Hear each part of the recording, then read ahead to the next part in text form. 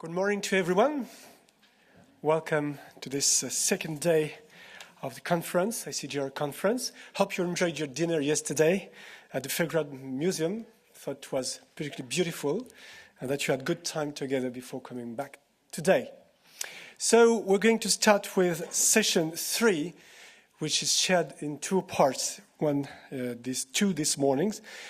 One dedicated to the dialogue between stakeholders in advancing geological repository project, and later after the break, coffee break, discussion about these topics.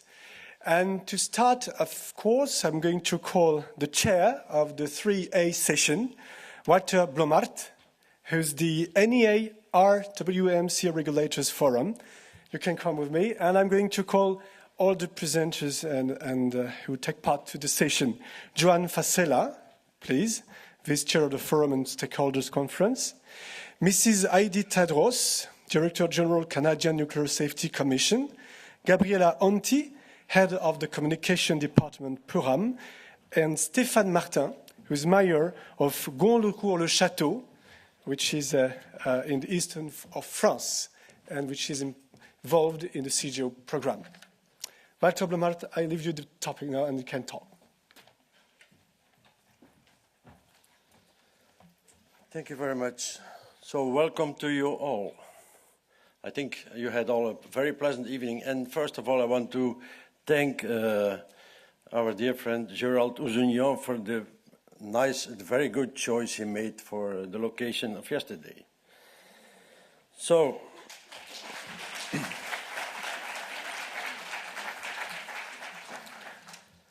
before I will give some small introduction for this session. So we have, the title is Role and Involvement of Various Stakeholders at Each Stage of Projects from Siting to Licensing.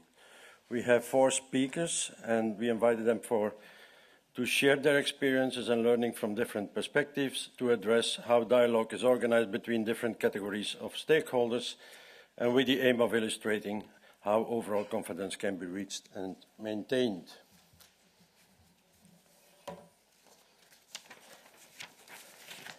Long time frames. If you look at that, you should realize that associated with the conceptualization, licensing, operation, and regulatory closure of a disposal facility, multiple generations will take part in it, so the intergenerational aspect. Changes in political environment will happen. Legal, regulatory, and organizational framework will change. Here I'm prudent. Climate may or will change. Boundaries between countries may change. Society will evaluate, and memory may be lost. Safe disposal of radioactive waste, it's a quite complex matter. It should be covered by a national policy, should integrate multiple aspects such as regulatory, safety, security, safeguards, technical and scientific, financial and economical, environmental, societal and ethical. It involves multiple stakeholders and it requires a high level of expertise in various disciplines. If you have various disciplines, you have different terminology. And if you look at this one, terminology such as optimization, graded approach, scenarios, safety function, safety case, safety strategy, and so on. Other words like dose constraint, limits, risk, health, reference levels, adaptability, retrievability, and so on. Ownership, responsibility, liability. A lot of these terms came back yesterday in the presentations. Engagement, commitment. And then it's not surprising that 2 older guys are sitting there at their balcony. You should read the note. Any resemblance with persons present in the audience is pure coincidence. And then one of the others is saying, what the hell are they talking about, my God? And the other one says, yeah. This being said, we are talking about communication and consultation with interested parties. In the past, it was very much easy. It was an attitude, so I'm the nuclear expert, so I decide on nuclear matters. It's finished, full stop. But with time, and now at present, we have an active interaction and involvement, which is essential to reach societal acceptance for nuclear activities or projects. It is quite a challenge, and we are moving slowly but surely. I looked up some definitions about stakeholder involvement, dialogue, and so on. And you have dialogue, communication, interaction, involvement, commitment. Dialogue is only an exchange of information between two parties. Commitment, on the other hand, is going much farther. It says a willingness to give your time and energy to something that you believe in, or a promise or firm decision to do something. Now, if you look at the keywords in all these, and there are a lot of them, and it's not a limiting amount of words, it's like mutual trust, confidence, respect, willingness, involvement, commitment, openness, transparency, expectancy, learning attitude, clarity in roles and responsibilities, availability and exchange of information, mutual understanding, competences, memory keeping, safety, health, reversibility, flexibility, no burden at all, and we could go on forever. A lot of words coming back in this dialogue matters. Then you can ask yourself the question, can we make a guide that guarantees a successful dialogue in radioactive waste matters? I think it's difficult. And I think it's difficult to prescribe such a dialogue in a formal and universal way, since decisions on waste matters are taken within a complex national and societal context, involving communication and consultation with multiple interested parties and with differences in culture. Although there is consensus that optimum safety is the lead objective, differences in culture and skills may lead to differences in the interpretation of terminology used, evoking misunderstanding of safety-related subjects, and as such causing serious delays in decision-making. Sorry for this one. Yeah. The regulator-implementer dialogue. A lot of work is already done, that's for sure. And the work was focusing on enhancing confidence among interested parties in the information, approval and implementation process towards disposal. A lot of work has been done by the NEA in workshops and publications, and also by IAEA and CITEX, for instance. I want to focus on two important workshops we had in Tokyo 2009 and last year in Helsinki concerning the regulator-implementer dialogue, but I'm coming back on that one. And specific work is performed by the Nuclear Energy Agency's Forum on Stakeholder Confidence, but Joanne will mention this in her presentation. What was the outcome of the preceding workshops? Well, a well-structured dialogue and interaction process in radioactive waste management should involve implementer, nuclear regulator, national decision-maker or politicians, public, neighboring countries and other stakeholders. And this with the view of identifying, developing and understanding the type and the extent of information to be provided, and to secure societal trust. The decision-making process should be robust but flexible and adaptable, because its disposal projects span over several decades and licensing is considered stepwise. Should gain and maintain competences and take into account lessons learned from operating experiences. The role and responsibilities, accountabilities of all players along the different steps of development, and especially those of the regulator and implementer, because these two workshops were focusing on regulator-implementer dialogue, they should be based on a legal and regulatory framework and should be clear from the very beginning in the activity development and explained as such to all stakeholders. In other words, the rule of the game should be clear and understood from the very beginning of the process.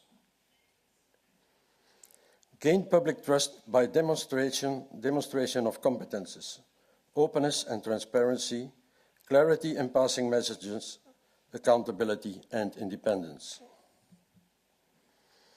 As mentioned before, there is a reasonable consensus on fundamental objective, but much less agreement on practical criteria.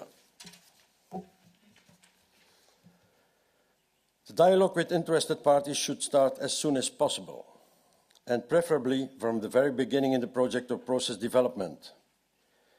The interaction between regulator and implementer in the pre-licensing phase must follow a stepwise and transparent process and should be clearly explained to the public or local partnerships as not to question or endanger the independence and integrity of the nuclear safety regulator. It's for sure that regulators also have R&D needs, different from those of the implementer. Therefore, regulators should need to sponsor and or participate in R&D activities in order to maintain competence and credibility. National and local decision makers should be provided with the necessary information on relevant matters. Finally, regulator and implementers should be stimulated to communicate in an active way with the public. Of course, there are a lot of challenges.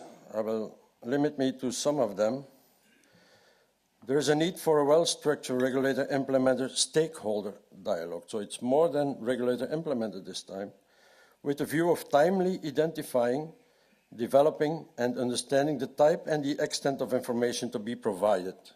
The message here is don't walk on thin ice. Understanding of or agreement on expectations of stakeholders and on fulfillment of issues such as application of best practices, global optimization, demonstrability, requirement for retrieval, graded approach, defense in depth, monitoring, etc. The question is, are we doing the right things, and if so, are we doing them right? We should have a learning attitude. There's a need for long-term communication and gaining and maintaining public confidence and acceptance.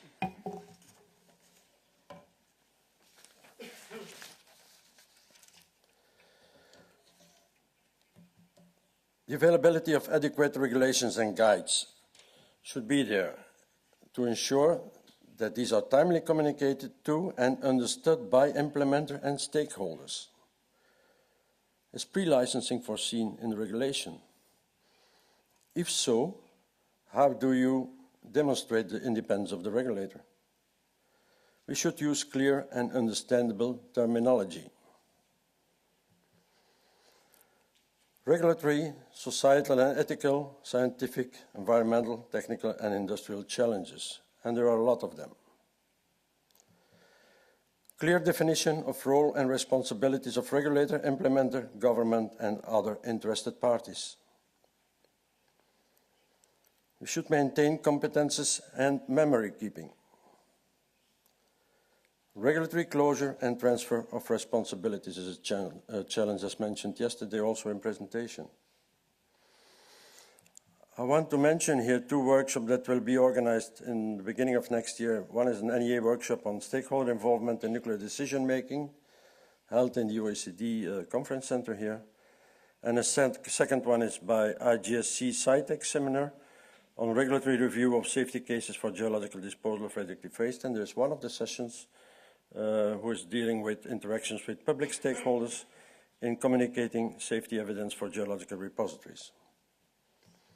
This being said, now we have 4 presentations, and I will announce the first one. It's given by Joanne Fasella. She's the Vice Chair from Forum on Stakeholders' Confidence from the NEA, and her presentation is entitled Varying Perspectives on Radiological Waste Management. Joanne, the floor is yours.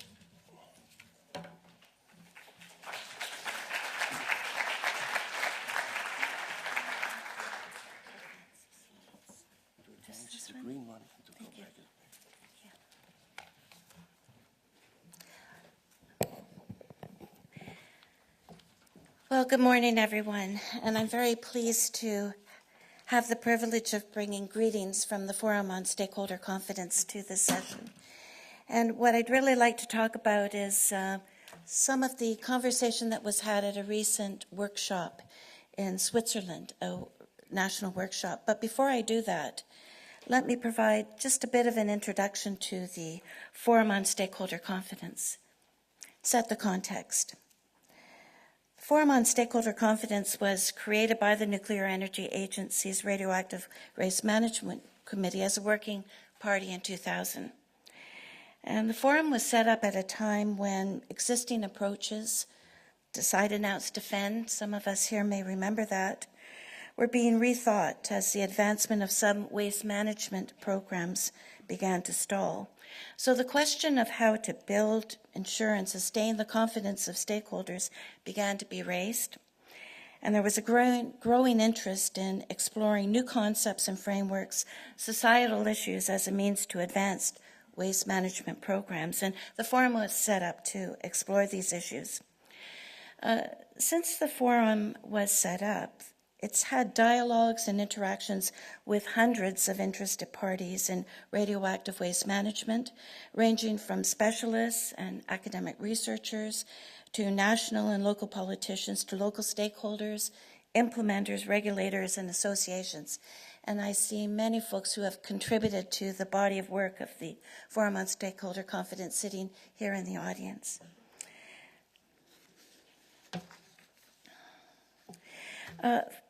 Forum members come together to share their experience, challenges, and insight. And they're coming from different national programs and circumstances. And we all know that the circumstances in which we're all operating, the culture and the history are different. However, when we come together and share those experiences, we have many learnings and insights that are applicable to all, and that's really what the forum has focused on. One of the first things that the group did was to ask who is a stakeholder and to broaden that definition of stakeholders as really a starting point for this whole conversation. The definition to include any actor, institution, group, or individual with an interest or a role to play in a societal decision-making process. And over the years, the forum has helped build understanding of the importance of some key factors in building stakeholder confidence. Just remind you of a few of them. That the process used to make decisions is very important.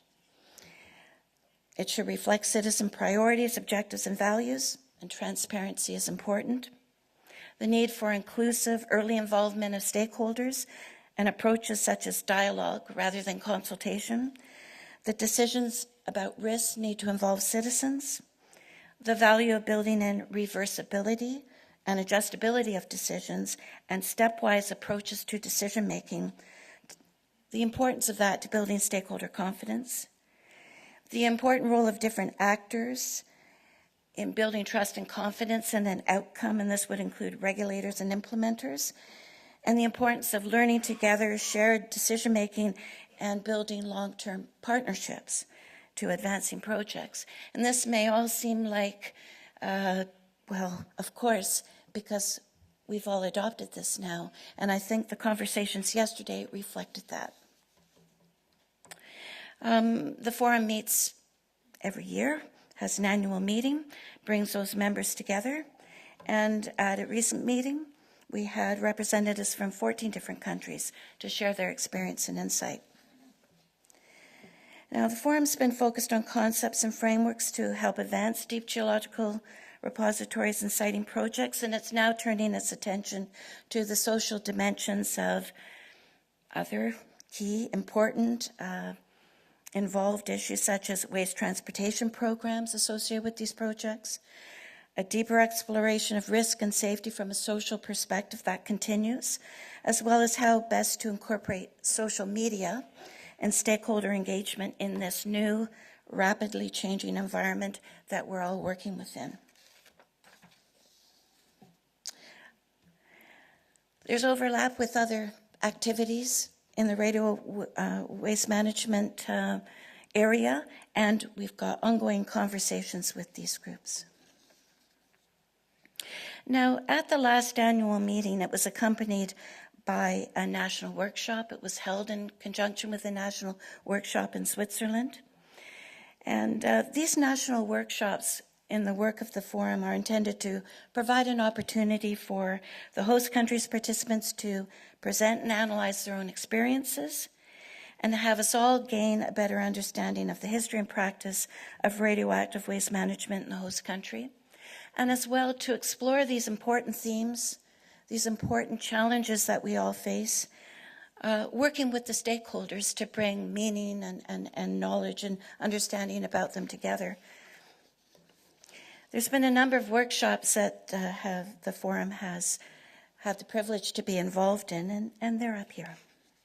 So the workshop in Switzerland was the 10th national workshop. And the workshop was held in Bern, Switzerland. It was hosted with the Swiss Federal Office of the Environment.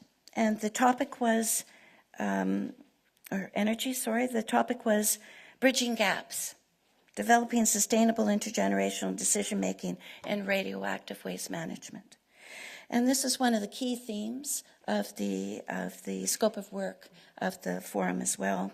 And it really provided a forum for the participants who were drawn from around the world to share their experiences, learn from them, really around the question of what can be done today to take sustainable decisions which can be understood and accepted by future generations. And this was really the focus of all of the conversations throughout the workshop. A few of the details about the workshop, hold on. 84 attendees, regulators, implementers, siting region representatives, members of the public, and youth. For the first time, 10 young people between the ages of 16 and 25 were selected to represent their generation in the workshop. Now, some of the insight that came from the workshop, this is what might be most interesting to this conversation. The workshop focused on a number of gaps, and to use the way the participants in the workshop talked about it, a knowledge gap between society and intergenerationally, focused on intergenerational involvement and knowledge sharing, and transparency. So among the key themes coming out of the workshop is that it's important to address the various knowledge gaps between the public and the experts, and between the current generation, future generations, which eventually will be responsible for managing radioactive waste. So the folks that were there in the workshop who have the responsibility to get dialogues going inside their regions were very focused on these challenges.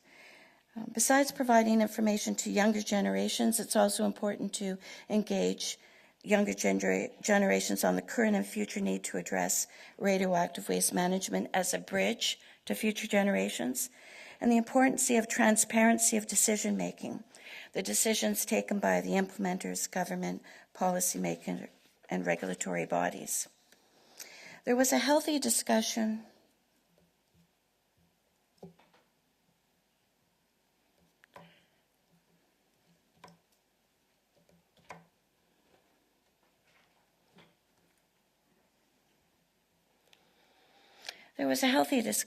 on how to define the term sustainable decisions.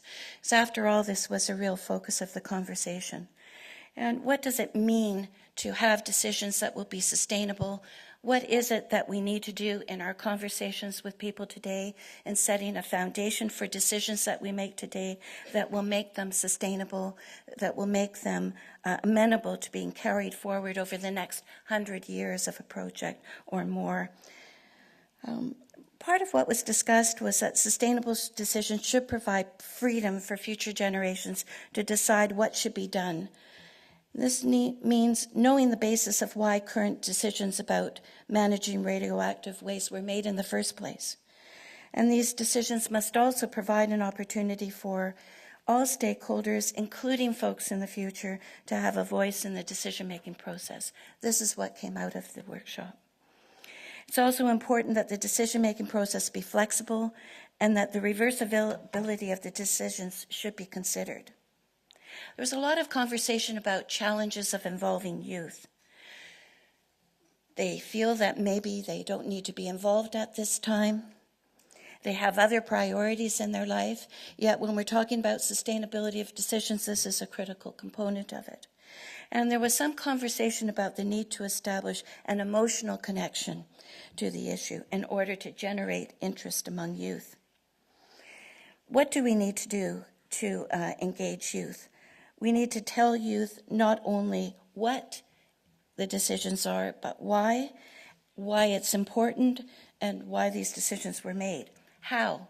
How do we engage youth? There's a lot of discussion about modes of communication, style of communication, the amount of information to be shared with folks, that bite-sized pieces are more amenable to engaging youth, not big, long documents as we tend to create, and that we need to get into the new digital communication forum where youth are connecting with each other, where they're creating a public opinion in their own right in that forum, and that demands different kinds of information and different participation on our part.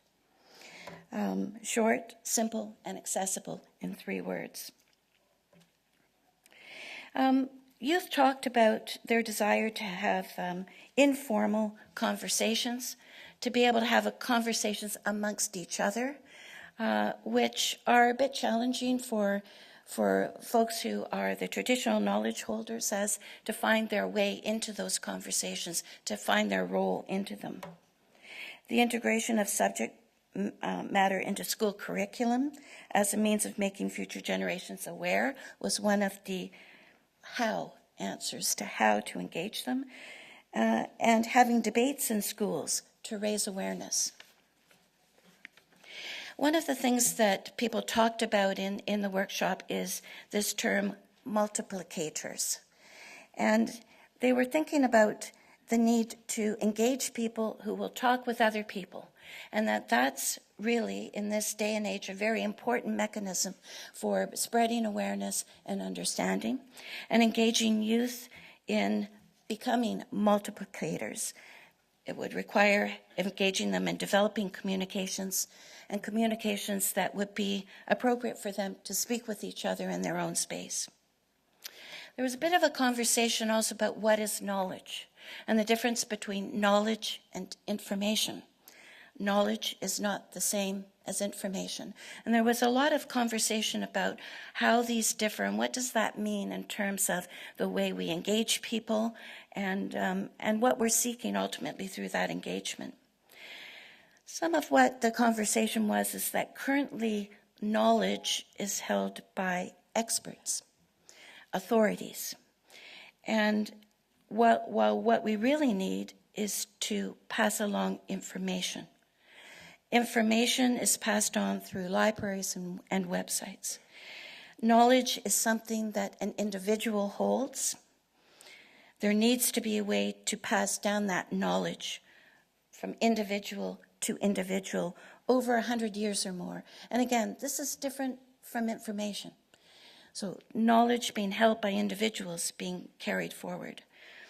Also the importance of building competence among the communities that are involved in the siting process, among the local communities or local authorities, in order to enable them to have an active role. So they're not just a recipient of the information, they need to take an active role in understanding it and be part of that chain to engage young people, to engage broad audiences across their community, and to develop the mechanisms to pass that information forward.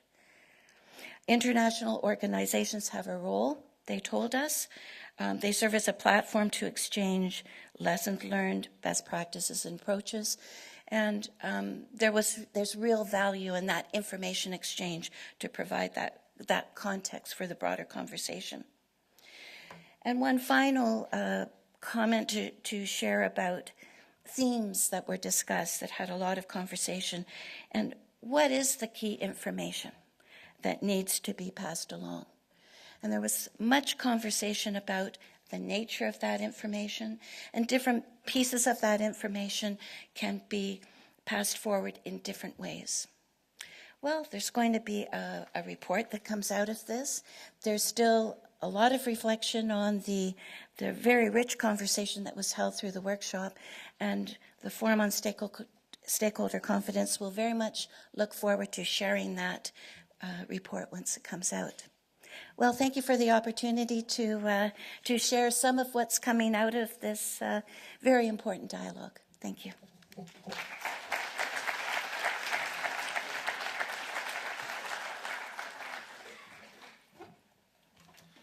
Thank you, Joanne.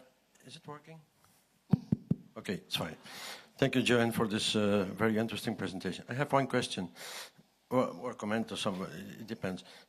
So the Forum on Stakeholders Confidence was created in 2000.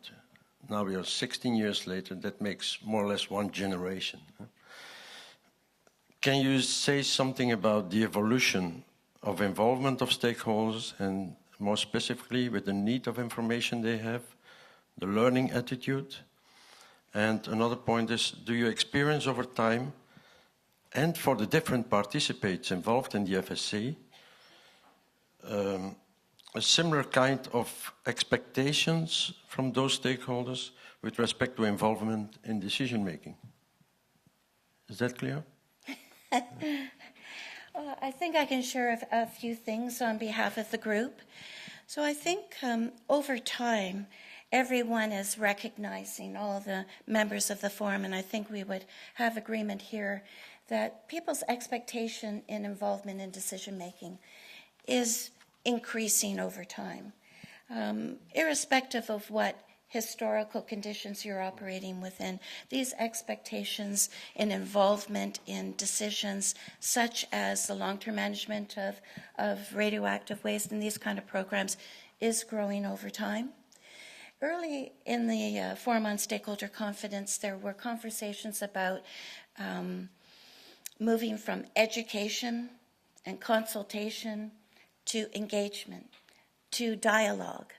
And now what we're talking about is partnership, durable relationships between the implementer, between the communities, between the youth and others, and also the facilities that are going to be put into communities and the people living there. Durable relationships that will sustain the project, that will sustain interest and collaboration in advancing the project and operating the project over the extended periods of time. Thank you, Joanne. So Thank I'm you. going to limit me to that question because we have to keep on schedule. So the second presentation, it's a pleasure for me to present you Heidi Tadros, Director General from CNSC from Canada. And she's going to give a presentation on stakeholders' involvement in Canadian initiatives for deep geological repositories for the long-term management of radioactive waste. Heidi, the floor is yours. Thank you. Good morning, and thank you for the opportunity to come and speak to you today for this very important initiative that we're continuing the dialogue on. And I think it's a really good segue into this presentation. I'll do a couple of upfront pieces with regards to the regulator, who we are and what we do. But I think that last question that Joanne very artfully took on is something that we need to continue the dialogue on in terms of what expectations do exist now that we are having this dialogue with communities, with Indigenous groups in the communities, with the public in general. So if I can have the presentation, please. I guess I clicked a couple of times. That's okay. All right. So, first off, Canadian Nuclear Safety Commission. So we are Canada's single nuclear regulator for all things nuclear. We have our headquarters in Ottawa, the capital. And with that, we're celebrating 70 years this year of nuclear safety in Canada. For such a wide and broad country with a lot of resources, we are 800 strong with regards to the staff that currently occupy the role of regulating the Canadian nuclear industry. Basically, our mandate has three tenets: ensuring safety and regulating all licensees that use nuclear material, whether it be from uranium mining to uranium processing to transport, research facilities, waste decommissioning, and I have a separate slide on sort of the cradle to grave aspect. Another tenet of our mandate is to implement Canada's international obligations on the international front, so the safeguards, non-proliferation agreements that have been signed.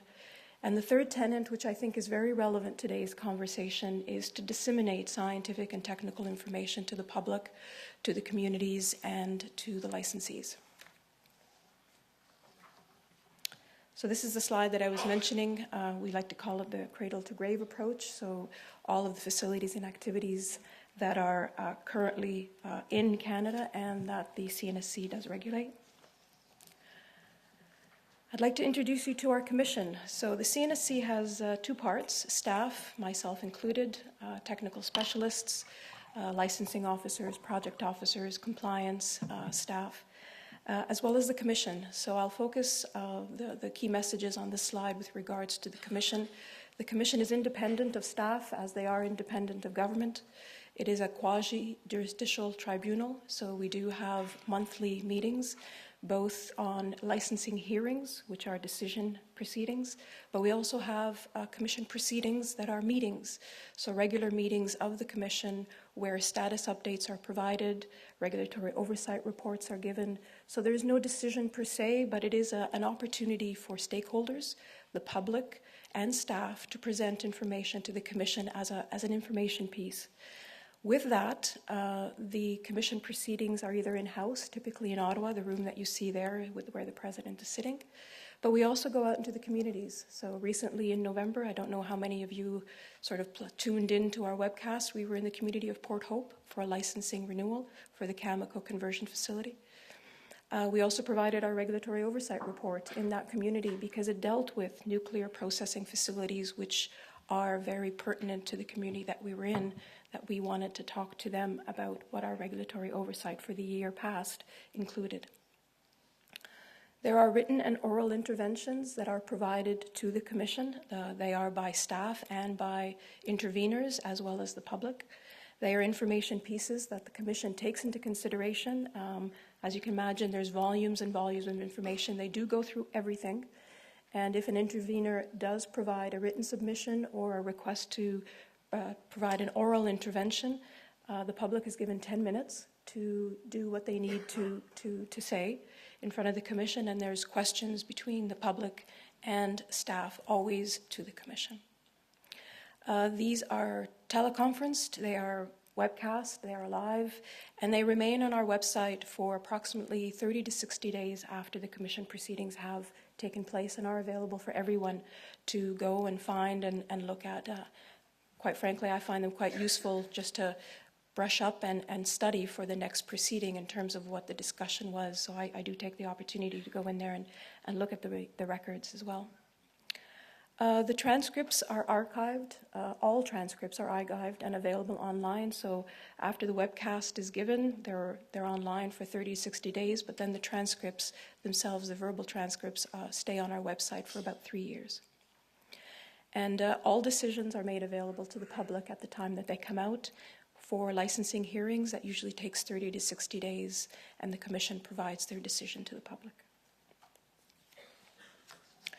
So broad brush, the CNSC has two main regulatory activities, licensing and compliance.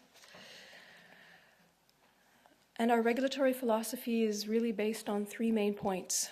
They're not in any order of significance, but if I were to put them in order of significance, the second bullet would be first. The licensee is responsible for safety.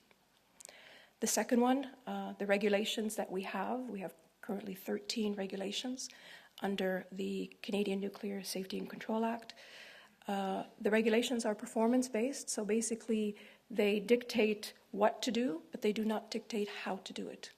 There are a few regulations that are prescriptive and include requirements that are yes/no requirements. You have them or you don't. They're usually for nuclear substance licensees.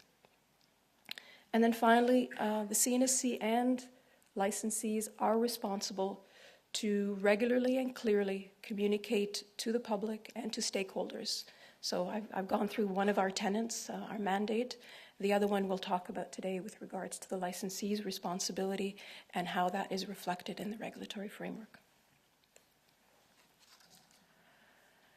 It's never usually a linear thing, but in this graphic, our licensing process is quite robust. As most international regulators, it involves receipt of an application. An environmental assessment in Canada is done either under the Canadian Environmental Assessment Act or the Nuclear Safety and Control Act. There is a technical assessment that looks at the safety and control measures across the whole gamut of the programs that are there for the licensees. And then we have our public hearings and our commission proceedings where decisions are made. The main point of this slide was the three bubbles at the bottom with regards to public involvement. These are formal situations, formal opportunities for the public and stakeholders to get involved. The applications are posted so they see them, and through their interventions they can raise questions, concerns based on what they read in the licensee's application.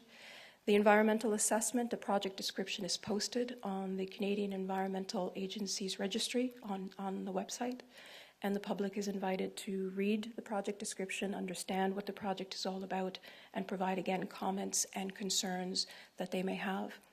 And then finally, I just went through the public proceedings themselves are quite opened to the public, and very much a transparent atmosphere is there. If you've seen or heard one of ours, the Commission can go anywhere and everywhere with regards to questions that either the public or CNSC staff raise. So the engagement throughout the licensing compliance, throughout the different activities and facilities is quite a robust series of engagements. I've listed a few here. I won't go through the ones I've already talked about. The participant funding program, this is a relatively new program. I think it's been with us for about 2 to 3 years, where we provide funds, monetary, to the communities that want to come and intervene. So there is an application process, and the groups that want to come before the Commission apply. The criteria is that their intervention be relevant to the proceeding or the meeting that is at hand. And usually when you talk nuclear and social acceptability, then you can imagine it's a very broad, lengthy criteria. Extensive outreach and engagement programs. We talked a little bit yesterday about pre-licensing phase, so I've got a slide that kind of articulates a little bit of the approach that we've taken in Canada with regards to pre-licensing. And finally, the requirement for licensees to communicate through the regulatory programs. So there is a requirement that the licensees hold a public information and disclosure program. And what that public information and disclosure program is their engagement with the community. They document what the community wants to hear about, how often they want to hear about it, what does it involve, the planning of it, and that is submitted to the Canadian Nuclear Safety Commission for assessment and gets written into their license, basically. So the two main projects that I'd like to highlight here with regards to lessons learned for us, opportunities for improvement, because again, there's always an opportunity to look at what you've done and to make it better, are the Ontario Power Generation's OPG's Deep Geological Repository. This is for low and intermediate level waste. This started back in 2011, so I'll give you a little bit of an update on where things are at there. And one that is probably not very foreign to this audience, the Nuclear Waste Management Organization's Adaptive Phase Management Initiative on Canada spent fuel. So for the first one, OPG, the Deep Geological Repository hearings, again, as mentioned, they started in 2011, and OPG submitted their environmental impact statement an application for their project for a license to prepare a site and construct in 2011. The CNSC and the Canadian Minister of the Environment appointed a 3-member joint review panel, JRP, to conduct the examination and potential environmental effects of the project and basically consider OPG's application for a CNSC site preparation and construction license. An EA decision needs to be made first. So the Joint Review Panel held public hearings, again in the local communities, to bring individuals and members of the public and Indigenous communities who wanted to participate in Kincardine out. They were held in 2013 and 14 for a period of 33 days. As you can imagine, a lot of information to go through. And the public hearing process itself provided an opportunity for participants to input and question the project, have their questions answered, and brought back to either the CNSC, the licensees or proponent, or basically the public had their answers answered right then and there. So we had over 200 public interventions, and the JRP was webcast at the time. So the Joint Review Panel's report was issued in May 6, 2015, and basically two main conclusions. That the project is not likely to cause or result any significant adverse effects to the environment, first and foremost, and is not likely to cause significant adverse effects to Aboriginal interests. It was recognized that underground disposal has a lot more lower risks than our current situation in terms of surface storage. And it was recognized by the panel as well that the DGR should be built now rather than later. And there was a very strong safety case presented by OPG for the DGR. So overall, the Joint Review Panel produced their report. It is available on the website. And the report included approximately 97 recommendations for the Minister of the Environment, for OPG, and for CNSC staff to consider when the licensing hearings are had. So that was in 2015, May of 2015. And as was recently shown in a slide previous to this one, things change, political environments change. So in Canada, we had a change of government, thank you. So with that, things got stalled a little bit. In February of 2016 of this year, the Minister of the Environment requested OPG to conduct additional studies and provide additional information, and OPG has committed to doing that by the end of this year. So it's imminent. We're expecting it relatively soon. And currently there is no decision that has been made on the environmental assessment, and once that decision is made, the Joint Review Panel will be sequestered once again to render their licensing decision based on the information originally submitted and any further information that OPG has submitted on the file.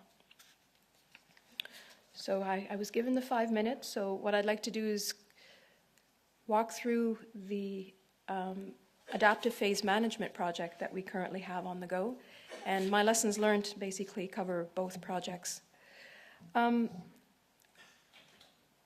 So although a license application has not been formally submitted, we've talked yesterday quite a bit about pre-licensing work, and this is the current situation we find ourselves in at the CNSC.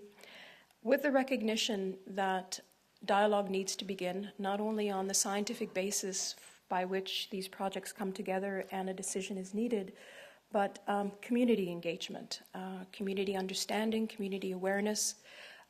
We are very fortunate in Canada that our First Nations communities are recognized. The Métis Nation and the Ojibwe Nation are recognized, and we have a duty to consult.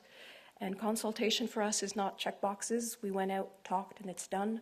Consultation is an ongoing engagement and dialogue of understanding of the concerns and of the traditional knowledge that these communities have. So as the project is better informed on what effects we are having on the environment and on the communities that these projects will be in for, again, a very long time.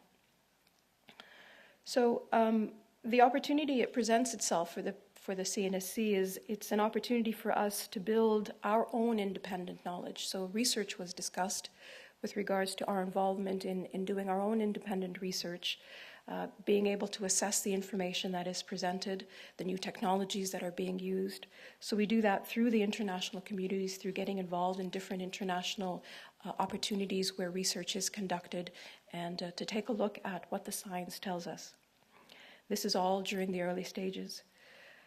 We obviously start a dialogue with the future applicants, so the NWMO and ourselves. As mentioned yesterday, we have a service agreement, and part of that service agreement, it stipulates the roles and responsibilities of not only NWMO, but the commitment the CNSC has with regards to engaging in dialogue with the NWMO.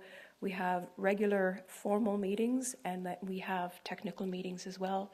We do take the opportunity to assess any documentation that is brought forward, and we also take the opportunity to look at case studies when they are presented to us and engage in the thinking and the planning that is going into what is happening with regards to the work that the NWMO is doing.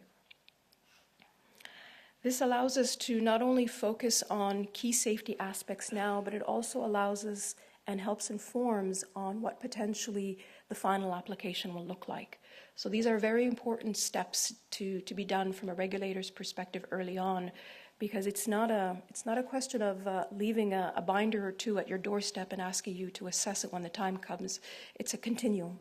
And to be in the forefront of how plans are being put together, the technical information that's coming together, the communities that are involved, I think that helps with a successful project in the end, and also is quite required of us when we go present in front of the Commission. So one of the two questions the Commission will have for us is, have you consulted with the public, and what do they think about it? So if we're not in a position to answer from a CNSC staff perspective, we would be hard-pressed to see this application move forward. So I was given the 1 minute mark, so I will expeditiously go through my last few slides. So basically the goal of pre-licensing phase is to explain the regulatory role. Our goal is not to explain the project. Our goal is not to answer questions that the NWMO is responsible for, but to provide a better awareness that there is a federal regulator, what we do, how we do it, the kinds of timeframes we have to do it in. All of this helps inform the public and what is to come for the community. So I think that is probably one of the major approaches that pre-licensing provides for the regulator. Lessons learned and outreach activities. It's good to get involved, to talk to people, to talk to the proponent, to talk to the communities, to talk to Indigenous communities. There is a wealth of traditional knowledge of food, of migratory areas, of plants and animals that live in the community.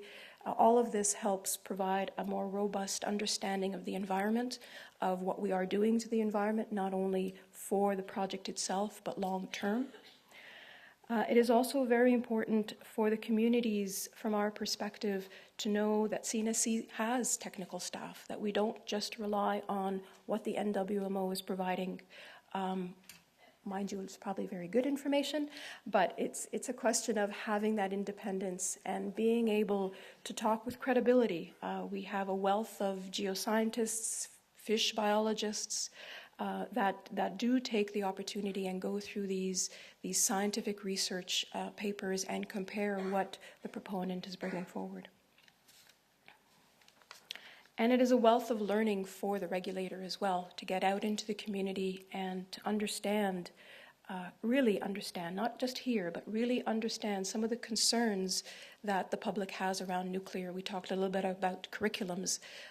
We teach what is radiation, how does radiation affect you? Did you know that it's everywhere? So from the basic elements of what we do, it is always a good opportunity to get out and to help people make an informed decision.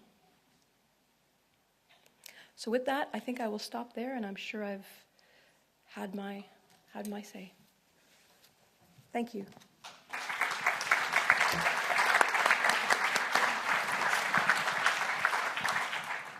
Thank you, Heidi. I have one question for you. Okay. I have more, but I will limit myself to one. So, Canada has quite a lot of experience in stakeholder involvement. I've just one, and apparently you managed to realize it successfully. So you had another large project which you briefly mentioned, which is the Port Hope, Port Granby project, which is the site remediation of radium-bearing waste. Could you build on experience from that project concerning stakeholder involvement, and what were the main differences, if not? Thank you. Thank you. That's a good question. So, as mentioned in November, when we were in the Port Hope community, we were also giving a status update of the Port Hope Area Initiative, which involves the remediation of legacy waste in the area. And the community has a reputation of not only being engaged because it is their community and they want to see this community cleaned up, but they also have a reputation of the awareness piece around nuclear. So just a bit of learnings from there. It was my first opportunity to be at the Port Hope Area Initiative proceedings, and it's quite stunning how passionate and how emotional people do get when they talk about not only their health but their community, about what it means to them, about the fact that they live there, their children live there, their grandparents live there. It brings a new dimension to, if you will, the science. The hard science we know, the social science we're only starting to get familiar with as a regulator, but as a community of regulators. We talk about safety culture, we talk about our understanding and our actions and behaviors and what effect does that have on the licensee. And obviously the licensee talks to their communities as well. So it is a circle, and it needs to be recognized as a circle. It's not one end versus another end. So the learnings that we had, we got out ahead of the Port Hope Area Initiative proceedings. We did a CNSC 101, We try to do that well before the proceedings take place to encourage people to come out to hear what it's all about. And again, it was a learning opportunity for the community, and my understanding, because this was my first experience in the Port Hope area, we had far less, strife around the decisions that were to be made. And it was also a reflection that Canadian Nuclear Laboratories had also advanced in their work and had done their share of communicating with the public. So when it actually took place, everybody was looking forward to seeing this project come to fruition. Thank you very much, Heidi, for this very clear and elaborate answer. Now we go over to the third presentation by Gabriella Honti from the Public Limited Company for Radioactive Waste Management, and she's Director for Communication. Her presentation is about role and involvement of various stakeholders at each stage of projects from siting to licensing. The floor is yours.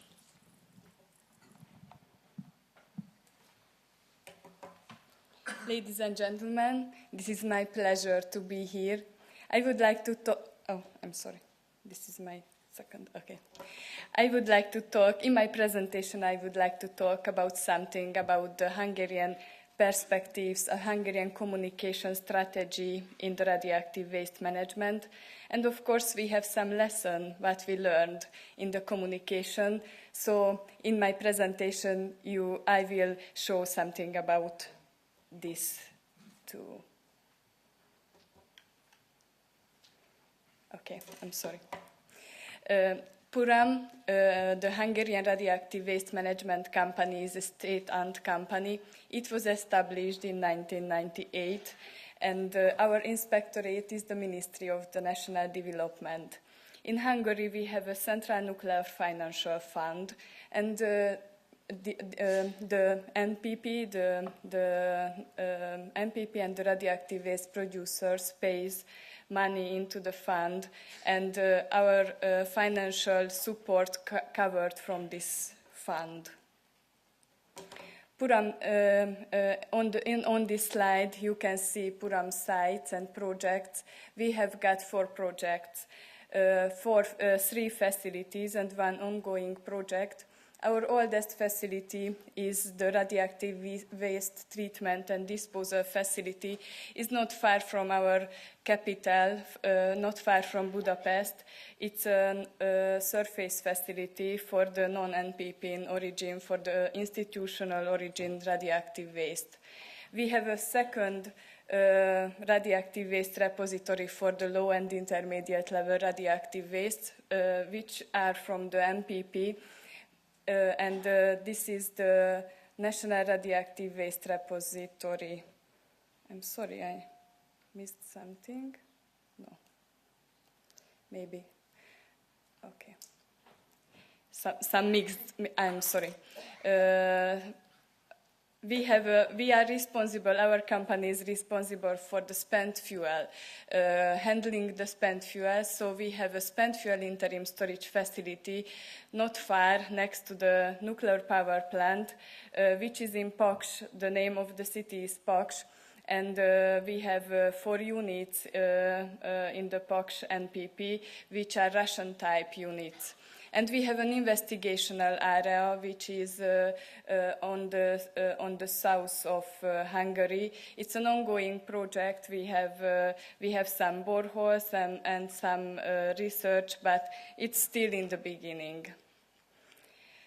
Our nuclear power plant operates since 1982, and as I mentioned, it's a Russian type nuclear power plant.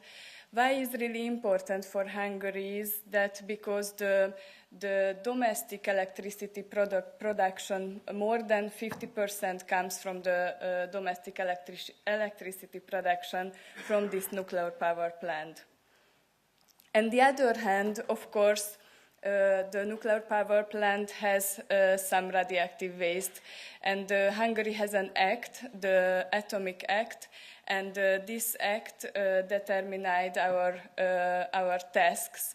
And here is the Puram. Here is our company, which is responsible for the radioactive waste management in Hungary.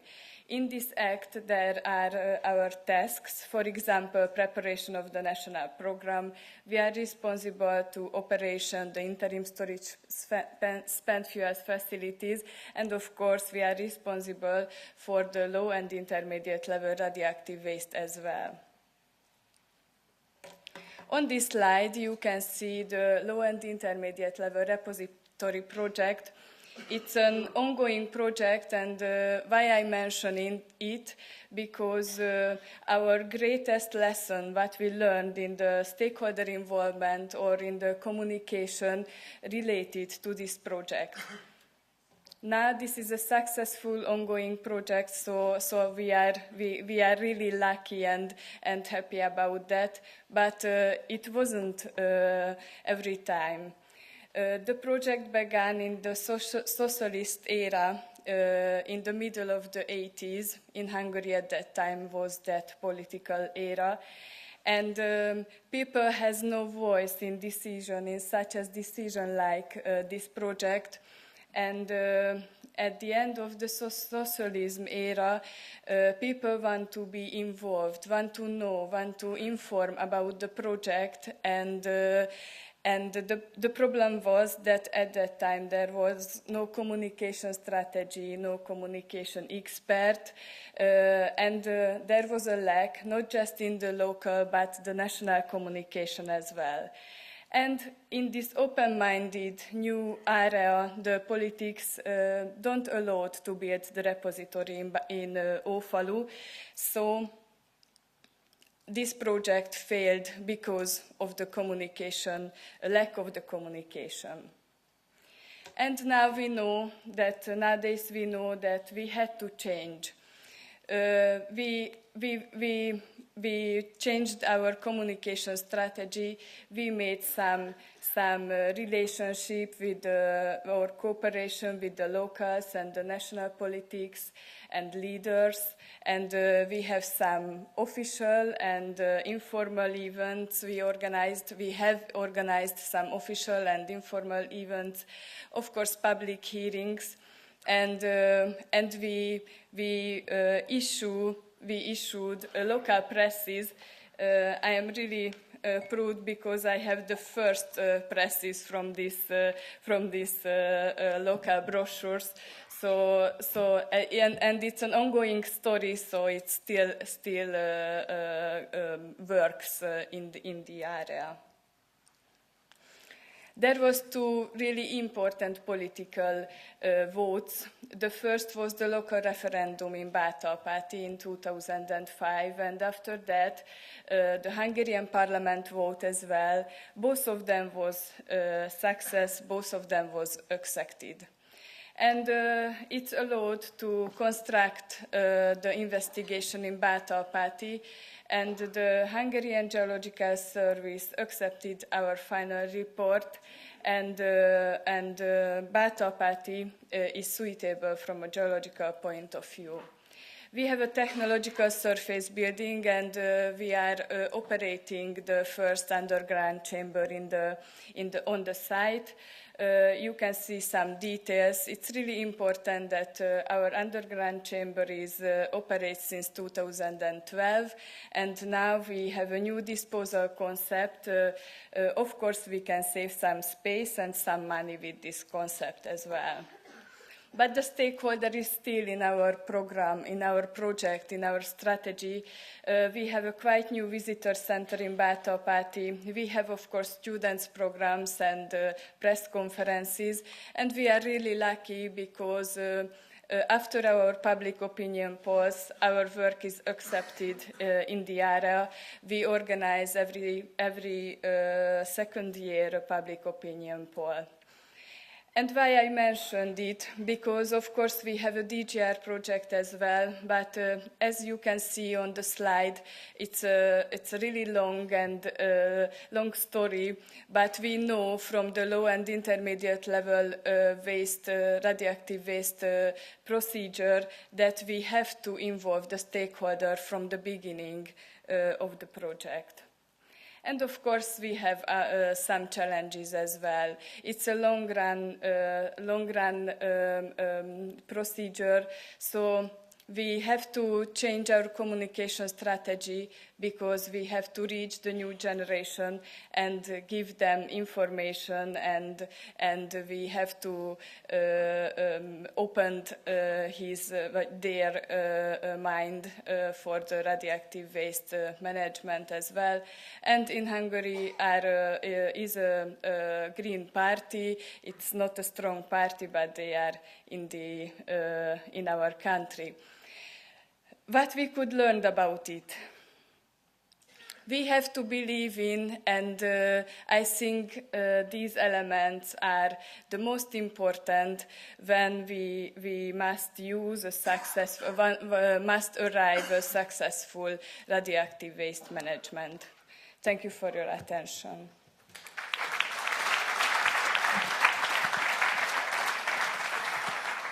Thank you, Gabriela, for being well in time for this speech. I have a question. In one of your slides, you say we had a referendum and there was one question, yes or no. It looks something like similar like Donald or Hillary, something like that. But I don't know which one is the best. But can you say something more about how many people were involved and how was the public informed? And was the financial support for local economy a trigger for the high number of people in favor? Thank you for the questions. First of all, in our radioactive waste organization involved in Hungary 40 municipalities, all in the countries. But we have got 4 projects, and the local referendum and the vote was in Bátorpáti. So in Bátorpáti at that time was 7 municipalities in the association. And of course, nowadays they have financial support, and at that time they have financial support as well. Okay, thank you. So let's move on for the last presentation. And I have the honor to present the mayor from the Gondrecourt-le-Château village. He's also chair from the Association of Local Authorities of the Val d'Ornois. He's giving his presentation in French, so those who want to have the translation, put on your earphones. And then, je vais parler en français maintenant. So now we'll hand over to the Mayor of Gondrecourt-le-Château. Officials at each stage of the CGO projects. Bien, bonjour à toutes et à tous. Good morning, ladies and gentlemen. Thank you very much for your attention. I'd like to say something about me to start with. I'm Stéphane Martin. I'm the mayor of Gondrecourt-le-Château, the biggest commune, French commune, around the town of Bure. And since 2014, I've been the chair of this grouping of communes, that is municipalities, so that we can pool our financial resources. Now we have some elected representatives with me in the room. So this département, the Meuse département, is one of the two host counties for CGO. Could we have the slideshow, please?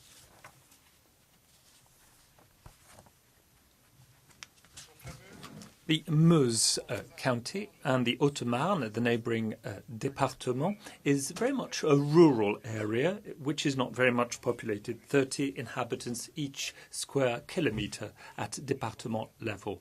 And we have 14 people each square kilometre. Our population is ageing and we're losing many industrial jobs. For the Meuse département, there was a changeover between 2008 and 2013. We've lost more than 3,000 jobs in this department, mainly industrial jobs in clothing, in metallurgy as well. To this, we should add the fact that the army has left the region. Therefore, we've lost 1,000 jobs. And we've had a seismic event in the southern part of the département.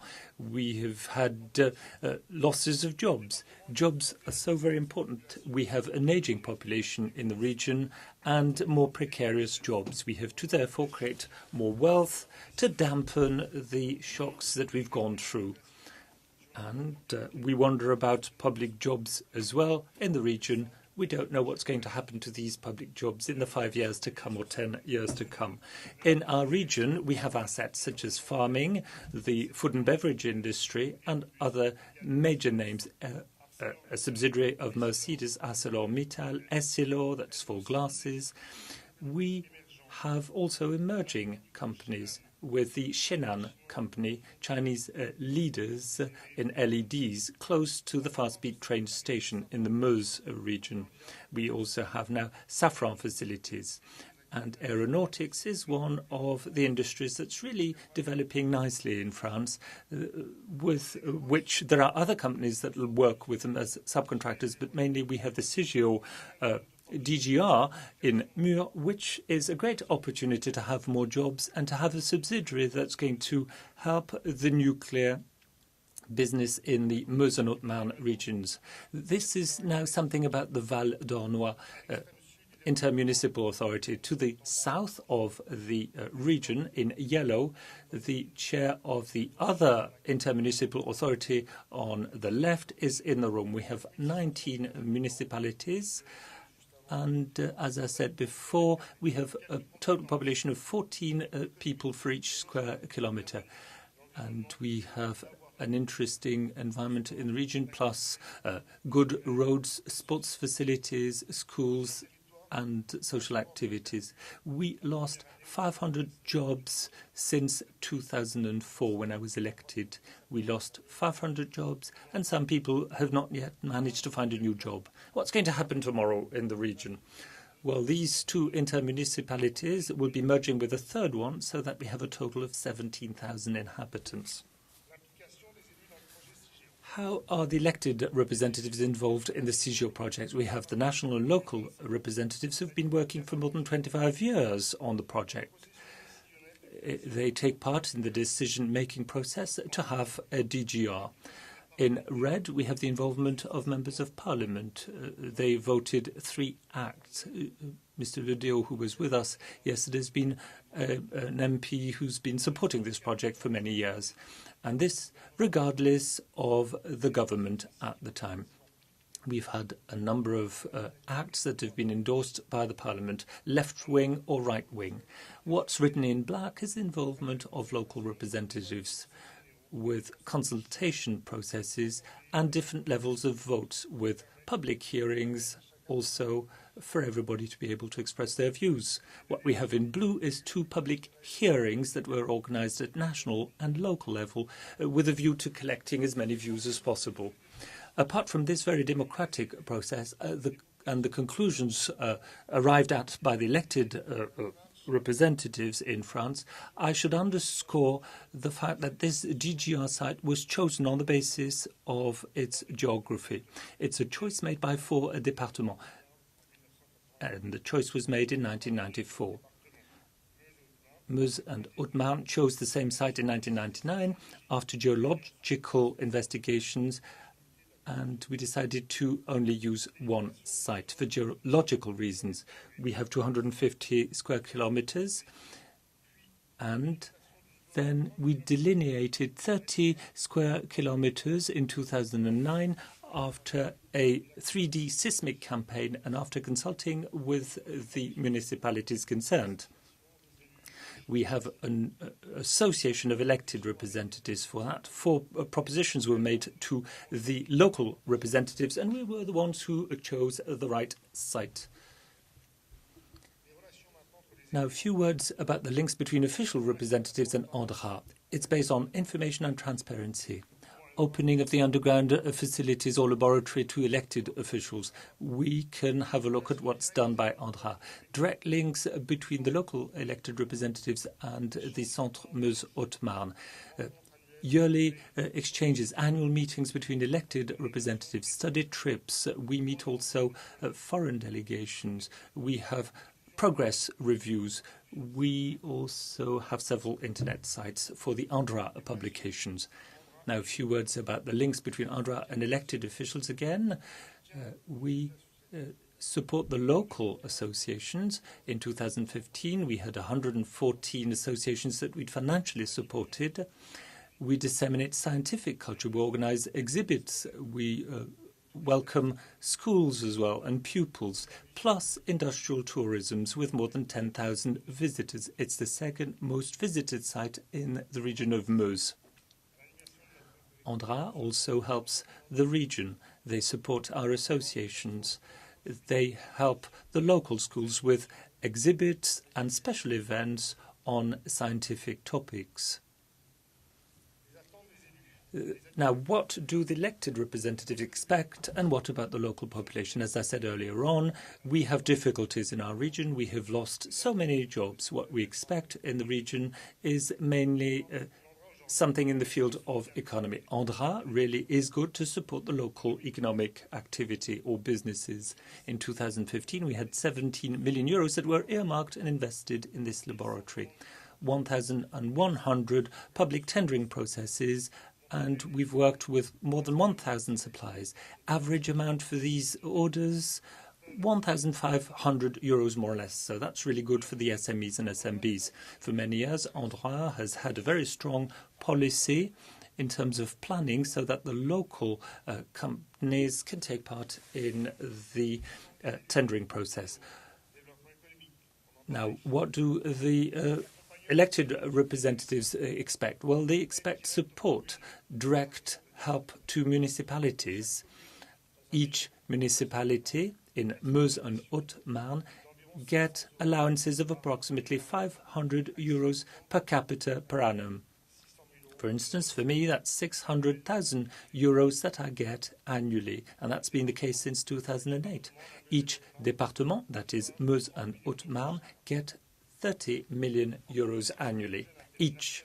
This is a national type of project, and there's an article in the Environmental Code stemming from the 2006 Act that says that any companies that manages radioactive or that creates radioactive waste has to contribute to the funding of a public grouping of companies in each département in France, and therefore the 2015 decision was that these 2 centres received equally 30 million each. Apart from these financial obligations, the waste generators are involved in lasting partnerships with all of the stakeholders, the economic stakeholders in the two regions. They've also committed to direct investments in industrial sites. They also support the local companies so that they can gain more special knowledge in the field of energy so that they can also develop their business when they work with the nuclear players. The objective as well is to better manage the demand side of energy. Let's continue with the expectations of elected officials and people in the future. What we expect is more training and confidence. People want to be informed gradually as to the development of the project. What we need is to do things on the basis of trust at a regional level. It's also connected to town planning. We want to take part in town planning plans with ICGR. This should be good for the closest municipalities and for the region in general. Then there's safety and security of storage areas. Of course, what's very important for elected representatives and populations is the acceptability of these projects. Regardless of costs, safety and security should be the first criteria. Still, something about the future and what we expect for the future. We want the ICGR construction site to be ready for the go-ahead when we get the license. We hope we'll get the license as early as we can. We have to do some earthworks before that, and I'll mention 3 of those. The railways close to ICGR, we want to have railways there. The elected representatives wanted everything to reach the site on rails. That's for the different elements for the construction of the site. So more rails should be built to reach the ICGR site. This will require building a new rail, a new system of rails there, and then connection to the grid with a substation of 400 megawatts. Oh, let me rephrase this, 400,000 volts on the site. And drinking water on the site as well. So a new water network so as to provide water and drinking water on the ICGR site. These are some of the examples of what we'll do before ICGR operates. As you've probably gathered, Andra and the local elected representatives work hand in hand. It's all based on trust. It's been more than 10 years. Andra and the region in general have been working together. And we do hope that ICGR is going to be able to operate soon in our region. Thank you very much for your attention.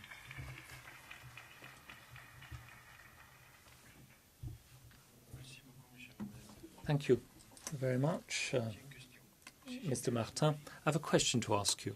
From what I gather, tell me if I'm wrong, you get financing for your association of villages. Is that correct?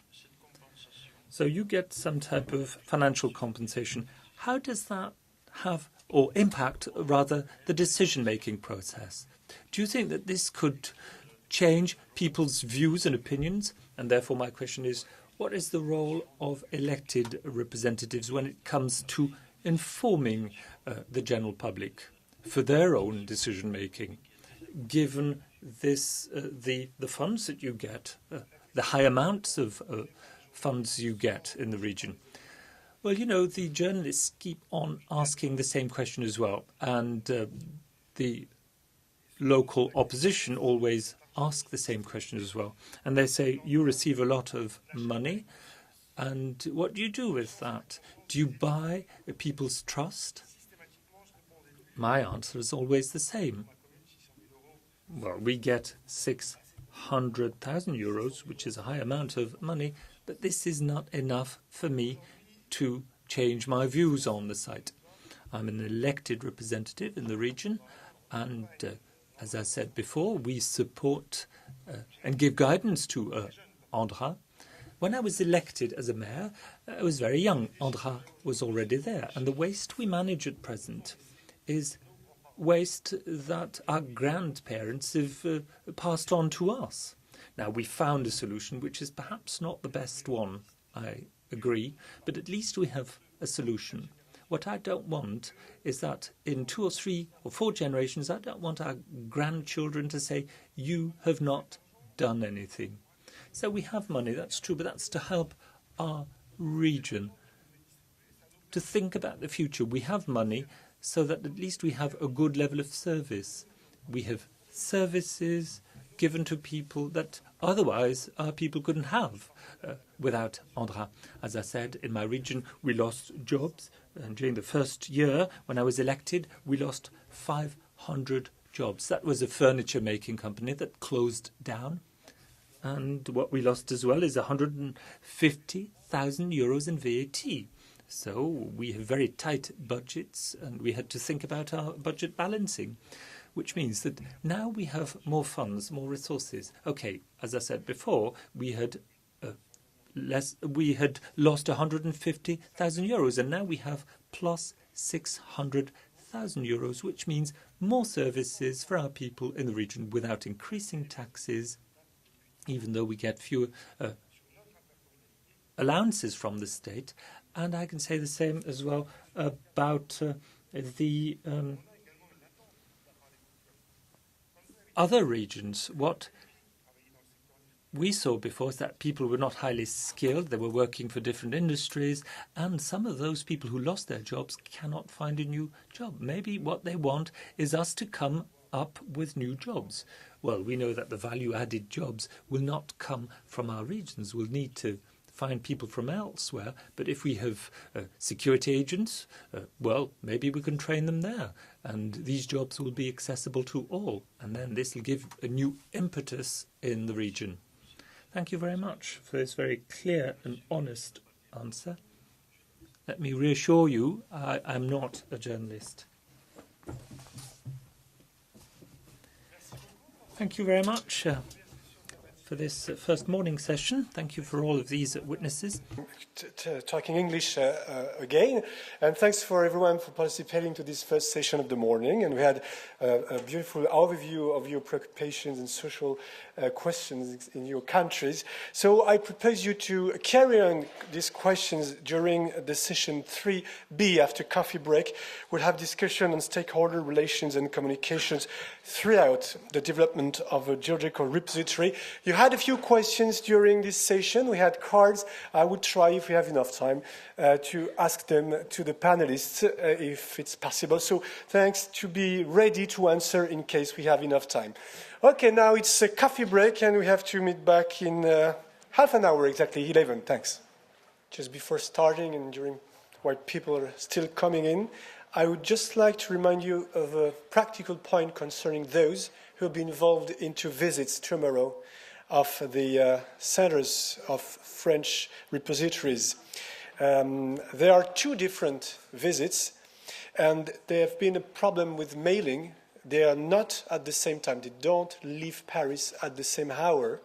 The first visit to the French Underground Research Laboratory of Bure is at 6 o'clock at the railway station d'Enfer-Rochereau, whereas the visit to the French disposal facilities of the Aube is at 7 o'clock. Same point, railway station d'Enfer-Rochereau. You get all the information in your welcoming bag into the brochure, which is provided. So you will check it, and you will be helped on site at d'Enfer-Rochereau with people from Andra, of course, to guide you up to the buses and to go to the visits. So 6 o'clock for Bure, 7 o'clock for Aube.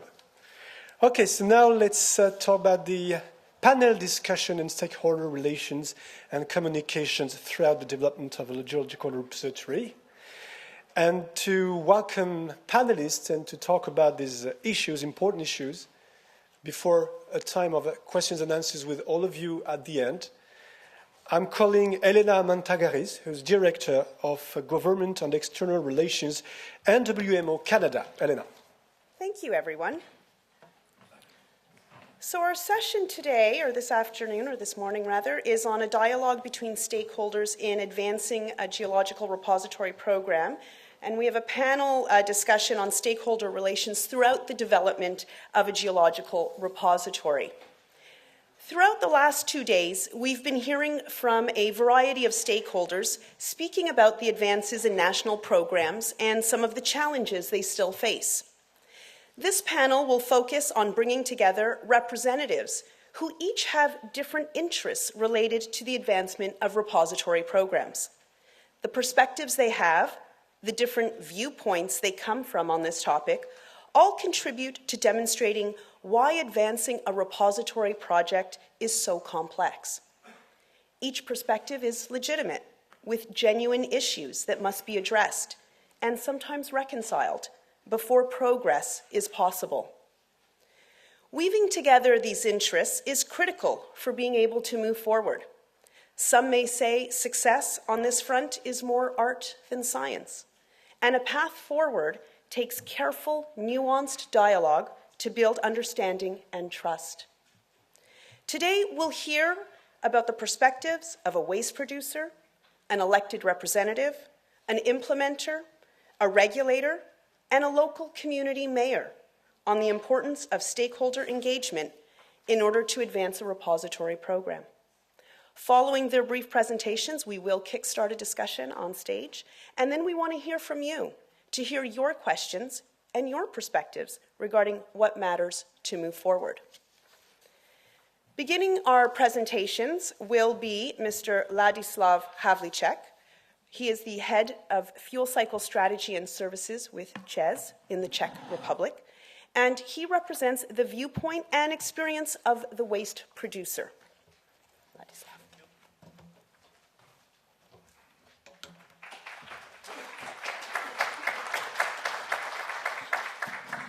So, good morning, ladies and gentlemen, dear colleagues.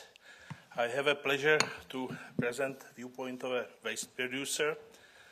Firstly, to put you into picture in the Czech Republic, I will say a few words about my utility, about spent fuel management strategy, and mainly about the division of responsibilities in the back end of fuel cycle. And also I will mention status of deep geological repository.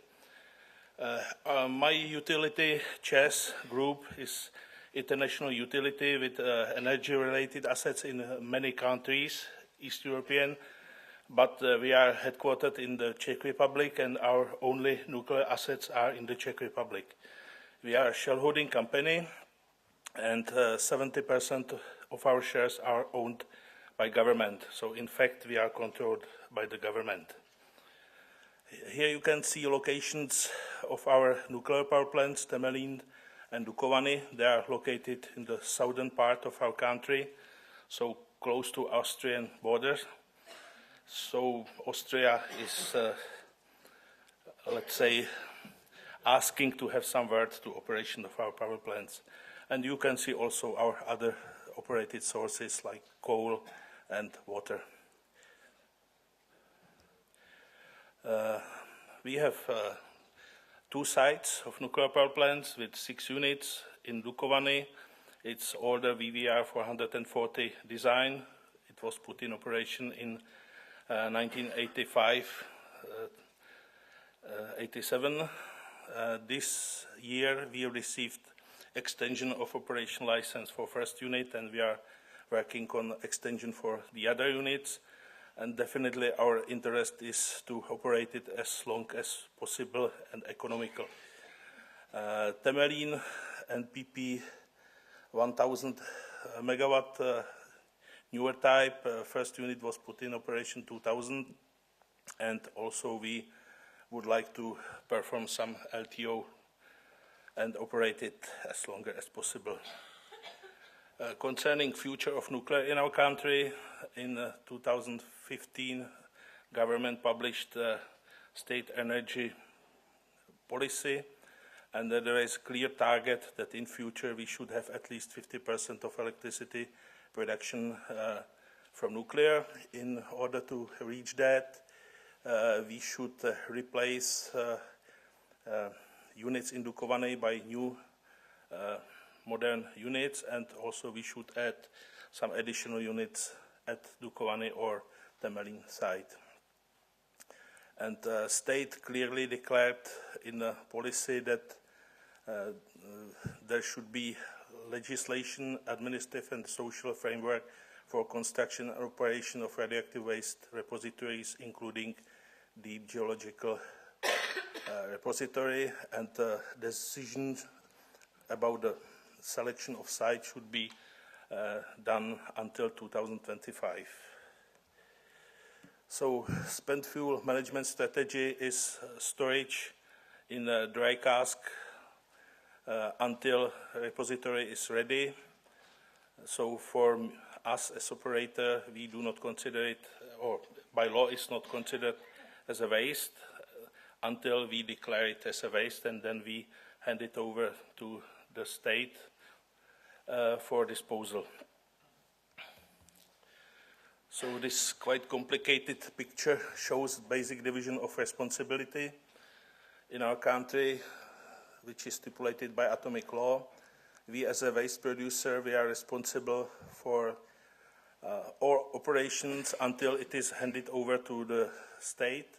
So we operate spent nuclear fuel storage at the power plant site, and this is financed from, let's say, CAPEX and OPEX of our company directly. We are responsible also for future decommissioning of our nuclear facilities, and for that we are accumulating internal fund, which is cash fund, and we are checked by the government if we have enough money. And the responsibility of states starts at the moment we hand it over we hand over our waste for disposal. And I should mention also that during all this cycle, there is independent oversight of independent regulatory body. So, state via Ministry of Industry and Trade founded asset organizational unit, Radioactive Waste Repository Authority, which is responsible for operation and preparation and operation of repositories. We have already a low-level waste repository operated in our country, and their activities are financed from nuclear account, which is created from the contributions of waste producers, and their bodies are director and board, and in the board are represented waste producers. It means CHES, my company, and other waste producers, and then state administration, Ministry of Industry and Trade, Ministry of Finance, Ministry of Environment, and then representatives of public via members from locality of existing repositories, member of parliament, and so on. New version of atomic law does not specify this board, so it will have to be, let's say, defined by statute of this RAVRA organization. We started, or in our country was started project of the Geological Repository already in 1993. But it's a very long process. There were prepared some projects with unspecific site to calculate future cost and to test some concepts.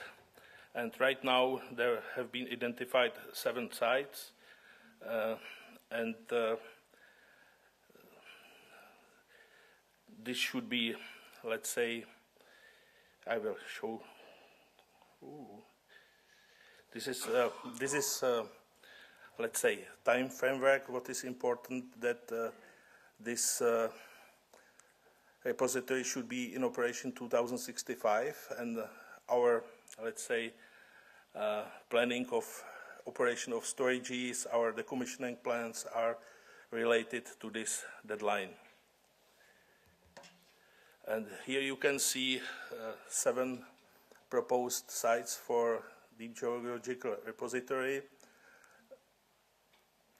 And next slide shows how complicated the situation is, because you can see how many municipalities are involved in each of these identified sites. What are important topics which are being discussed during this program of DGR?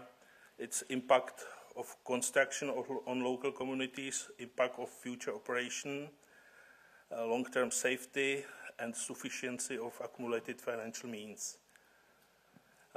We have to clearly communicate that technology is safe, and also some motivations for local communities must be provided as employment or direct compensations.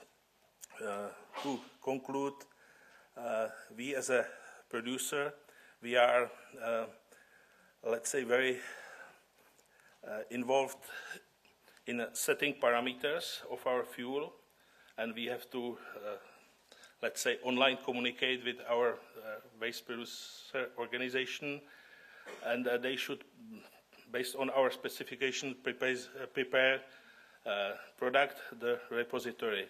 And our interest is to be, let's say, informed and in control, because at the end we will pay whatever they do and spend.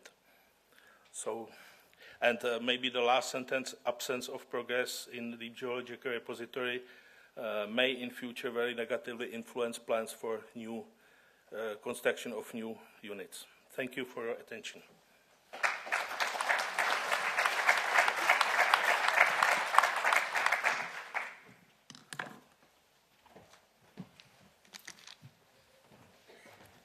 So we've changed the format a little bit. We're going to run through the presentations first, and then we'll have a group dialogue on stage.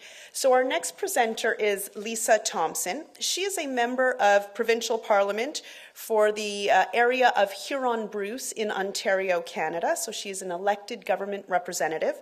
And she'll be speaking about engaging communities and why it is a must. Thank you, Lisa.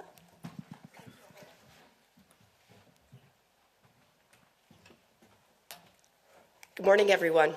I apologize for my voice, but I hope you don't mind 10 minutes of this raspiness. But ladies and gentlemen, it's truly a pleasure to be here as part of the Canadian delegation and as a representative of the province of Ontario here at the 2016 ICGR, because every day we're together with like-minded people. You can always pick something up and learn something new, and that's indeed what we've been doing here this week in Paris. And so I thank the organizers for this opportunity. But I've been given the opportunity as well to speak about engaging communities and why it is a must. And reflecting on this, I have to be straight up with you. It was over 5 years ago when I had the opportunity to first meet with Elena. And one of my very first questions was, how are you gauging our communities? Because I feel it's a personal mandate of mine as an elected official to make sure that every opportunity is given to individuals to feel comfortable and to have confidence in asking questions to better understand issues that affect them locally. And that's what a DGR does in our area. And I want to go back there to this particular slide, because I want to share with you that I'm kind of partial, but I think this is the most amazing place to live in Ontario. And there might be a few people here that might challenge me on that or might agree with me, but we'll let it be, leave it at that. And I just want to touch on the fact that Haiti earlier talked about the joint review hearings that were held in both Kincardine and Port Elgin. And that's at the most northern tip of this amazing area of Ontario. And it's important to recognize as well that I would consider Huron-Bruce a nuclear community, because for as long as I can remember, Douglas Point, prior to Bruce Power, has been generating nuclear energy for Ontario. So that's one power plant. We also have two more just east of Toronto along the shores of Lake Ontario, and that's Darlington and Pickering. And it's important to recognize that Pickering will be decommissioned after 2020. So we do really have to get well in hand our processes and the management in which we are going to deal with Pickering and our high-level waste. And with regards to this particular area of Ontario, I'd also like to share with you that when I had the opportunity to visit Andhra on Monday, I had a comfort about me, because more south on this slide near Godrich, and I was speaking to a gentleman from the UK just earlier, we actually also are home to the largest under freshwater salt mine in the world. And so in visiting Andhra and having already been down below Lake Huron in the salt mine, I felt there was a connection and a comfort, and that's what we need to achieve as we're engaging communities. We have to engage them so that they can relate, build confidence, and become comfortable with the whole notion of repositories. So moving along, I thought it was important to take a moment to reflect upon what community engagement really is for all of us, no matter where we are in the world.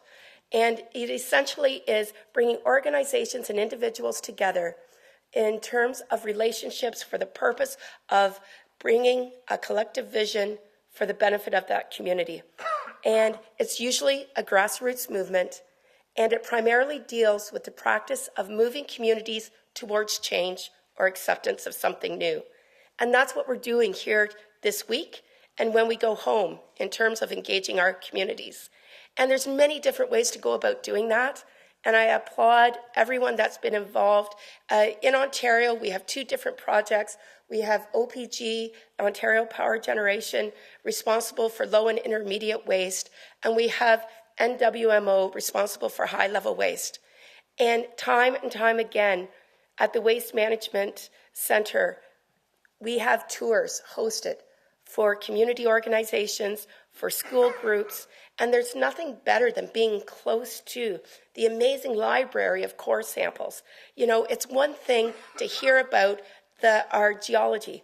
It's another thing to hold rock that's 400 million years old and actually talk about how long it takes for just 1 millimeter of moisture to move through that rock. And so community engagement and community involvement in terms of dialogue, in terms of touching, feeling, sensing, and being comfortable to ask questions is so, so important. And we have done so many things in our areas that I'm very thankful to our CLCs. 5 minutes flies by really fast, holy smokes. And our CLCs, our collaborative liaison committees, and they are working so hard throughout Ontario, 8 of which are represented here today. We have 9 communities, and this is really important to recognize. We have 9 communities in Ontario that are interested and willing to learn more about hosting a repository. And with that said, they're supported, those communities are supported by collaborative liaison committees, and they go out, they're local champions, they're your neighbors, they're your friends, they're your municipal leaders, and they're willing to talk about why we need to be responsible for the nuclear waste that we produce. And again, engaging young people is paramount in community engagement, because as we've heard time and again over the last couple of days, we're talking about generational change, generational timelines when it comes to developing our repositories. And these young people, it doesn't matter whether it's a classroom trip or whether they're with their families at a fall festival or at a Métis rendezvous, they can learn and talk and go home and chat about it a bit more with their families and their parents. And again, it's seeing what it means to have a repository in your home. This particular slide shows pictures of an open house that was hosted in my home municipality, actually. And it was really striking to be able to go and see how local businesses would be impacted positively by the building of a repository. It was so impressive to see local people who are embracing the concept of repositories, talking to their neighbors and explaining the process. Very empowering, very engaging.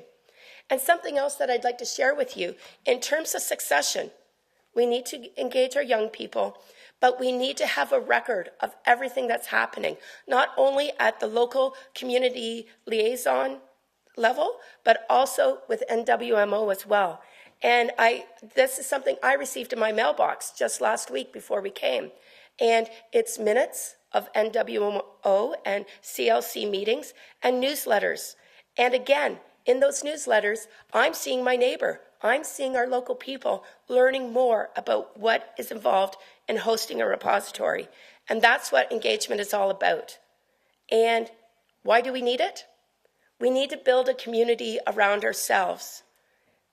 We want to be able to debunk myths, unearth real issues, make better decisions, and ultimately strive to have that community ownership and understanding why a DGR is so important.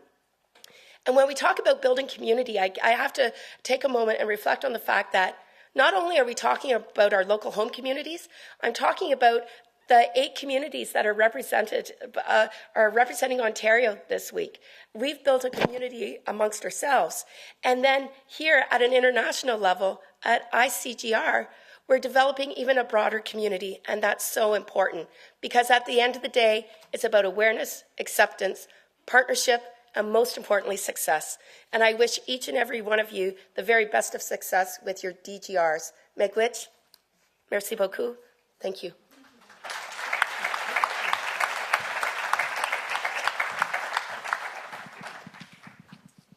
Thank you, Lisa.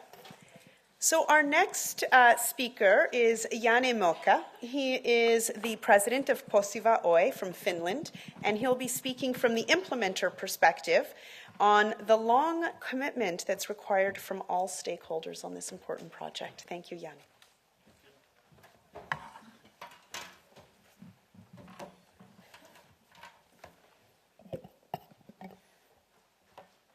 How this works.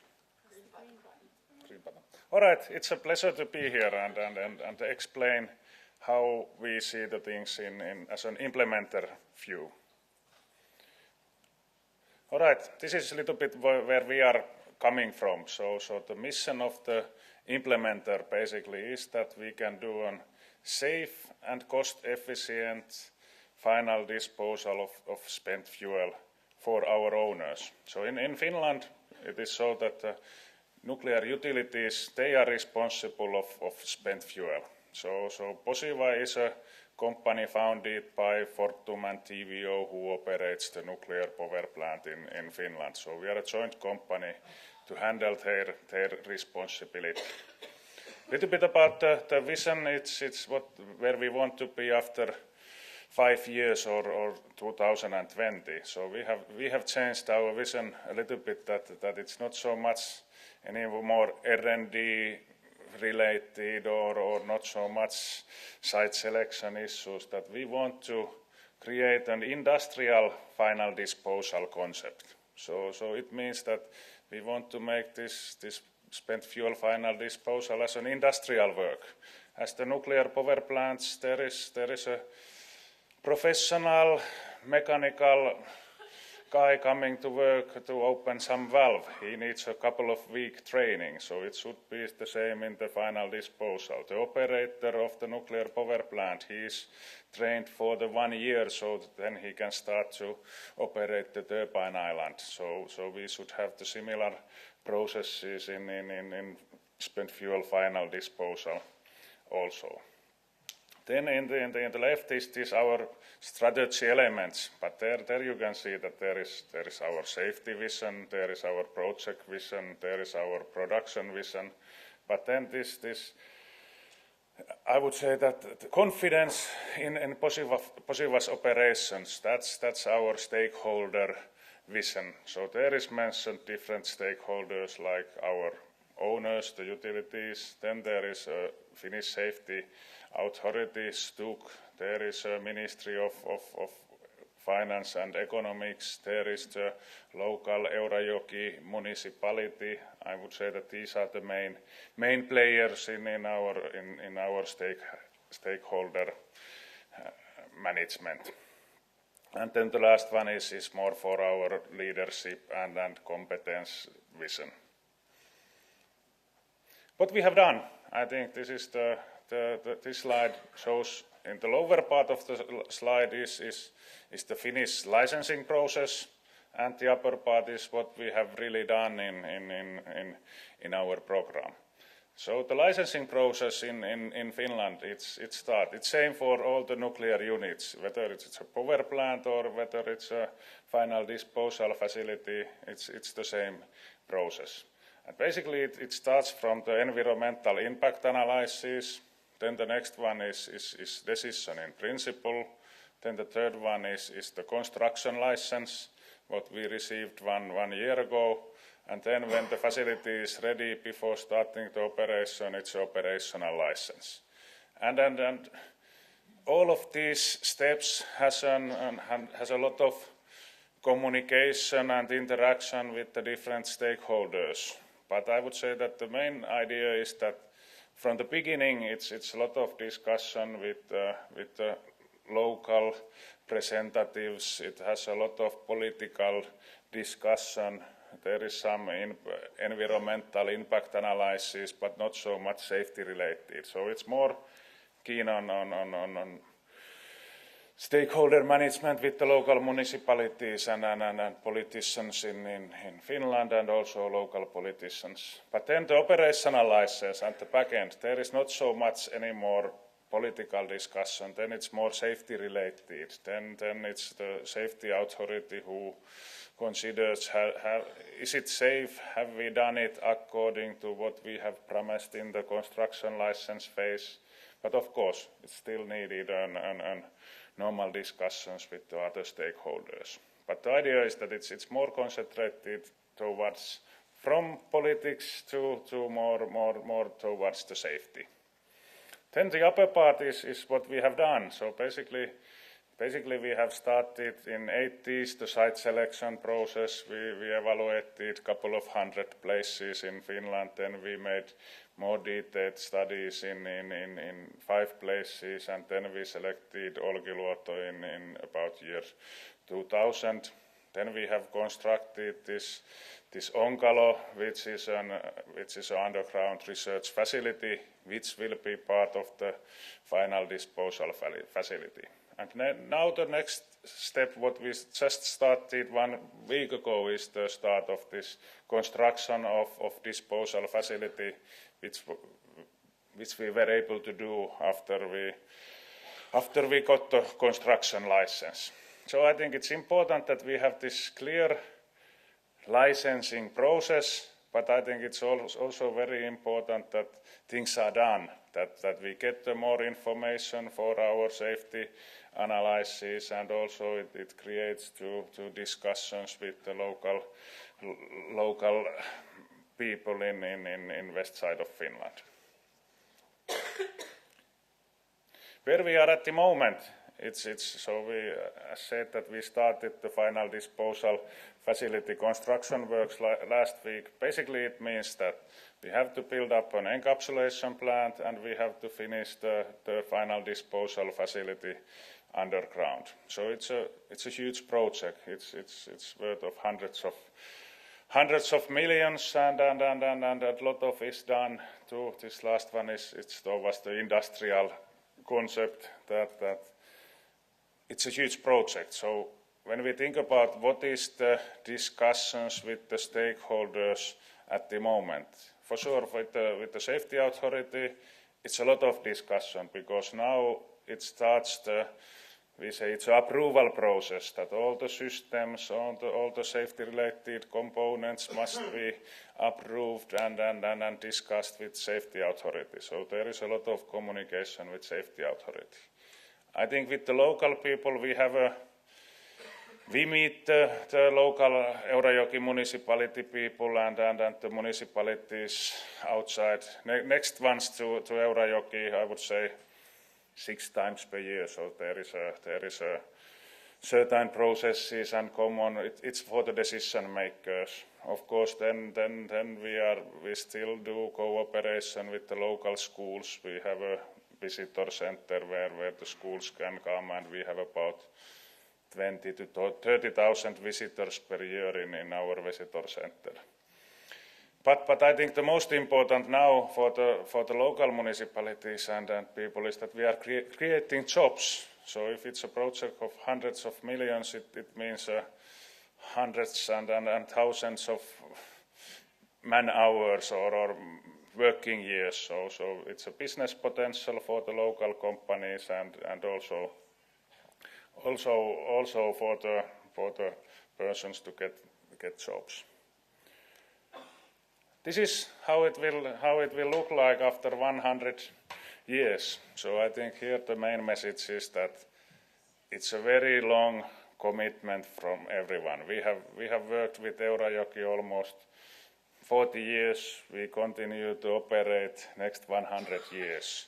So of course there is different phases where you need more communication and this and that, but I think that the main things in general is that you have to create the trust and you have to be trustworthy.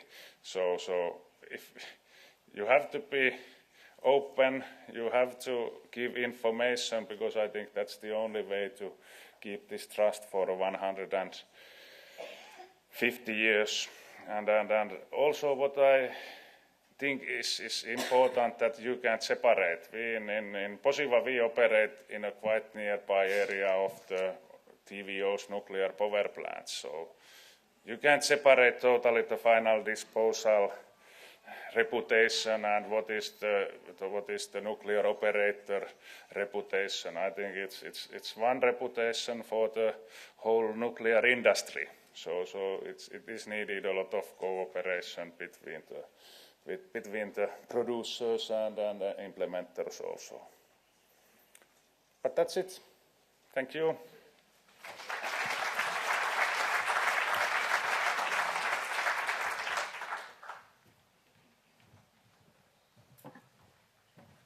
So our next presenter is going to be Scott Moore. He's the Deputy Director for the Office of Nuclear Material Safety and Safeguards with the U.S. Nuclear Regulatory Commission. So of course he'll be speaking from the regulator's perspective, in this case about the importance of stakeholder communications in a pre-licensing phase.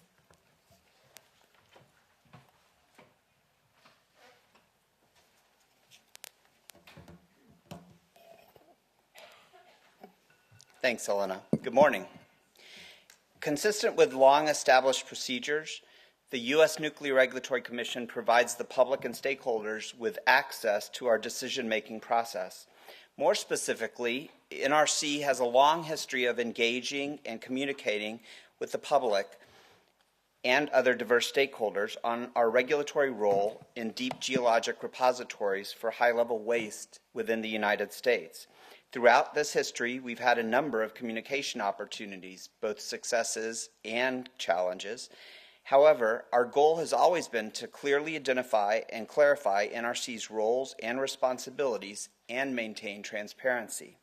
This presentation will focus on our experience during the development of new regulations for geologic disposal in the pre-licensing phase, which was about 15, 16 years ago.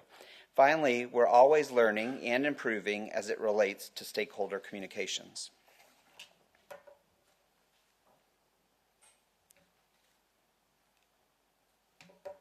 In 1999, NRC published its proposal for new regulations for the potential repository at Yucca Mountain, Nevada. These proposed regulations represented a major evolution away from deterministic criteria to a more risk-informed rulemaking framework. Staff held public meetings in Nevada near the site of the potential repository, as well as in Las Vegas, to obtain public comment on the proposed criteria. NRC scientists and engineers who had drafted the proposed regulations went to Nevada to discuss the timing and technical content of NRC's proposal, to answer questions, and to invite comment from the public. Our speakers were knowledgeable about the technical bases for the proposed requirements, and they were experienced with presenting to scientific and technical audiences the many difficult technical and regulatory issues associated with the proposal. The speakers were not prepared, though, for the range and intensity of questions and comments from the audience. Many participants had questions about issues that were not directly applicable to the proposed regulations, but which reflected deep interest and concern. Over the course of the meetings, the questions and comments from the audience clearly indicated that the speakers had not succeeded in communicating the reasons behind and the safety of NRC's proposed regulations. It was obvious to us that these meetings had not contributed to public confidence in the NRC staff.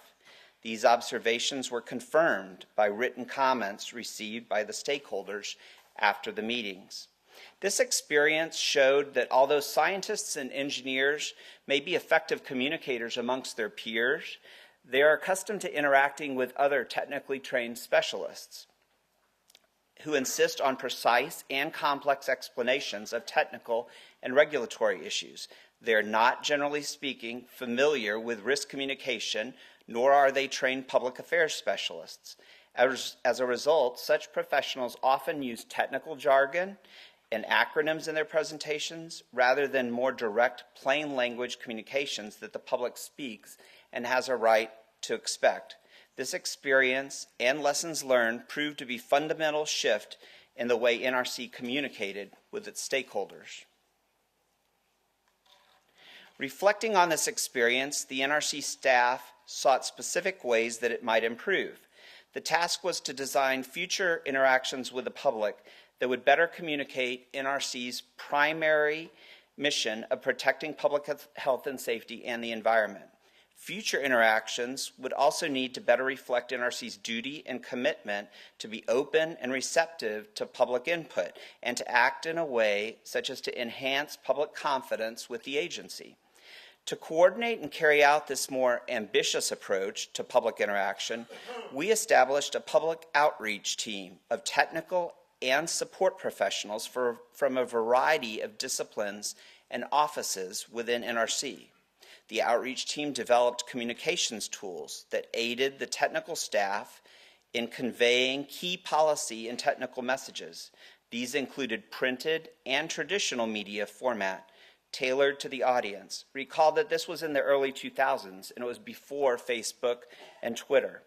The team also found that fact sheets and frequently asked questions were extremely helpful in communicating key messages.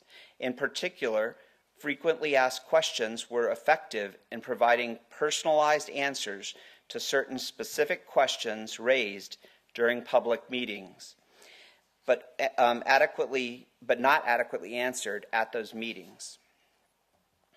In addition to fact sheets, we found that safety brochures were also effective and useful to stakeholders.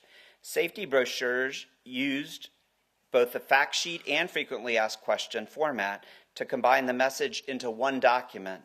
Key aspects of the safety brochures are the use of plain language and glossaries of key terms. Among the many responsibilities of this outreach team, they also developed a communications plan for future engagements and interactions with stakeholders. NRC's high-level waste public outreach team was among the first organizational units at NRC to draft and implement a formal communications plan. This plan explains the goals and messages and timelines of NRC's communications activities. In addition, the plan stresses the value of maintaining positive relationships with communities and actively engaging members of the public by inviting their input. And you've heard some of the other speakers before me talk about that. To enable a more meaningful dialogue, the team expressly defined its communication objectives as one of explanation, not persuasion. As such, success was defined more in terms of increasing public understanding of and confidence in NRC's ability to serve as an independent regulator, rather than persuading the public to agree more with NRC's programs or regulatory decisions. Reflecting on the experience with the public meetings on the new regulations, NRC found that it was necessary to adapt and improve its efforts to inform and involve the public in NRC's decision-making process. Major changes were made in the way that technical staff prepared to address general audiences. The format used for the public meetings was modified to encourage dialogue with participants. Handouts and presentation materials that explain NRC's roles and technical topics of concern in plain language were developed, and they were regularly updated. Two major lessons learned were identified. First, knowing and understanding the audience, and second, the use of multidisciplinary teams to include communications or public affairs specialists on the team. NRC now successfully applies those lessons learned and other institutional changes in our stakeholder communications on a variety of issues, some related to waste and other nuclear regulatory activities that the public is interested in as well.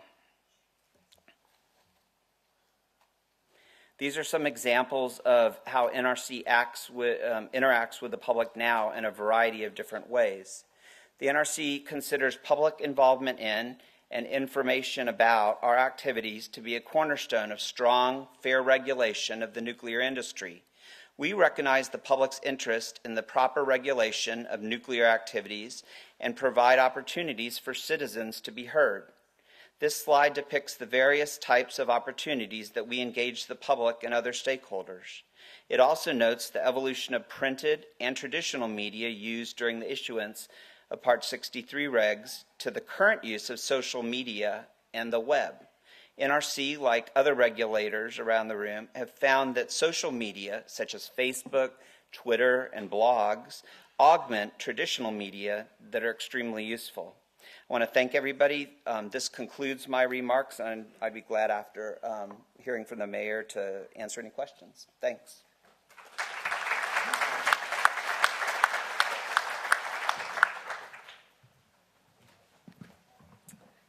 Thank you, Scott. So our final presenter before we open our dialogue is Jakob Spangenberg, who's the mayor of Östhammar in Sweden, and he'll be providing a local community perspective on empowerment of local government and how that's a precondition for success in moving forward.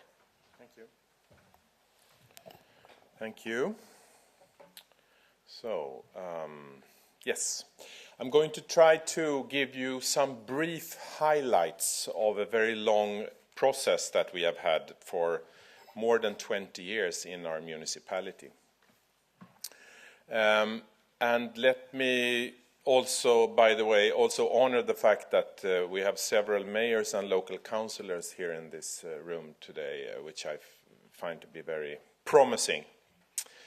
I would like to brief you a little bit about our community, our local government, our local municipality. It is a municipality with almost 22,000 these days inhabitants. A lot of people coming in and out of the municipality in their summer houses. We have nuclear facilities, as you have understand, with 3 reactors, and also SKB, including the present repository for low and intermediate waste. A strong metal manufacturing industry, and of course an important employer is the municipality with 1,700 employees. And a lot of small companies, and it's an area just like was presented from the Bruce and the pardon? Yes, your area. It's a recreational area with a lot of high natural values, and also it's in the proximity, just like Bruce, to major cities like Uppsala and Stockholm. And also last week I got the latest figures for our unemployment rate, which is on record low levels. So it's a strong local economy, actually one of the top 10 of the 290 municipalities in Sweden, which is of course something to be proud of as well. And the nuclear power facilities, as you have understood, play an important role in our municipality. In Sweden, we have a rather strange, in comparison with most countries, administrative system. We have very strong local governments, local municipalities that have, in this case, in the case of spatial planning, in the case of this particular process with the nuclear repository, a direct contact with the national level, the national government. So we do not have any like in Canada, provisional, or in the US, the state, or in the same as in Germany. But so the regional level in Sweden has nothing more or less to do with this process, which I find to be very good, because then the only political level, we have two political levels, the national level and the most local level, which also makes it easier for the process to continue.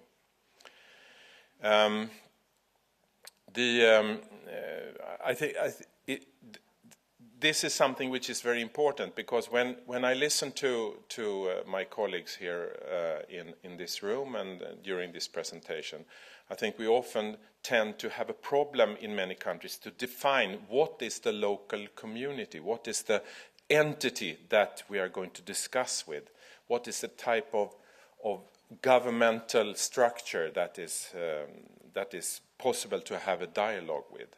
That is easier in Finland, it's easier in Sweden in comparison to many other countries. And I think that is a part of the success actually in Finland and Sweden so far.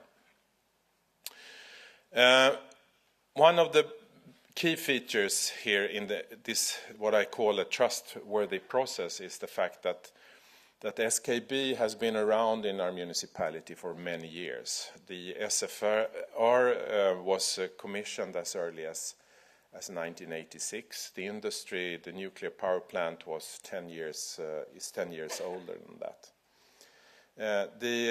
We have had a strong local presence in the discussions with SKB, but also a strong local presence from the national regulators and other interested stakeholders in this process. And that has meant a lot for the process as well as for us.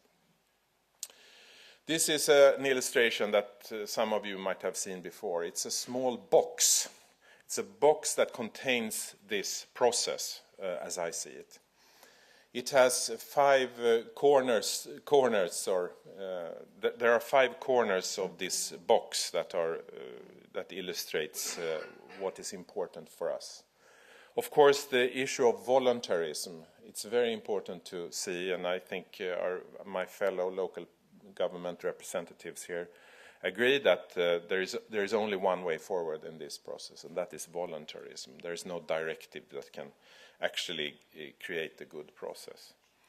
The knowledge and awareness, or let me put it this way, empowerment or capacity, the local capacity building of the municipality or the entity that that is actually participating in this process, is extremely important, because we want to be on top of the agenda as much as possible. We are not experts, we are lay people, and you know that, of course, and you understand that. I was not elected mayor in order to process nuclear, to be in a part of the process to construct a repository. My main concern is, of course, to produce and deliver welfare to the local population. That's the whole purpose of the local government. But we also want to know as much as possible what is happening. We want to be involved in the process and to know as much as possible. The openness and transparency is, of course, paramount. I think the industry as well as the national regulator has been very good in this aspect. I feel personally confident, and I think most of the people in our municipality feel confident that anything we would like to know or any knowledge that is important for us is disseminated and understood by us as well. That is very important. We have financing. We have financing of our own activities, which are very important, through the Nuclear Waste Fund, and clearly defined roles. I said this morning to some people that there are a number of self-appointed experts in this process. The environmental organizations, a lot of independent experts, but we stick to our clearly defined role in this process, and I think also the other partners, if you will, stick to that, and that is very important. I think I will not go into this very complicated scheme, and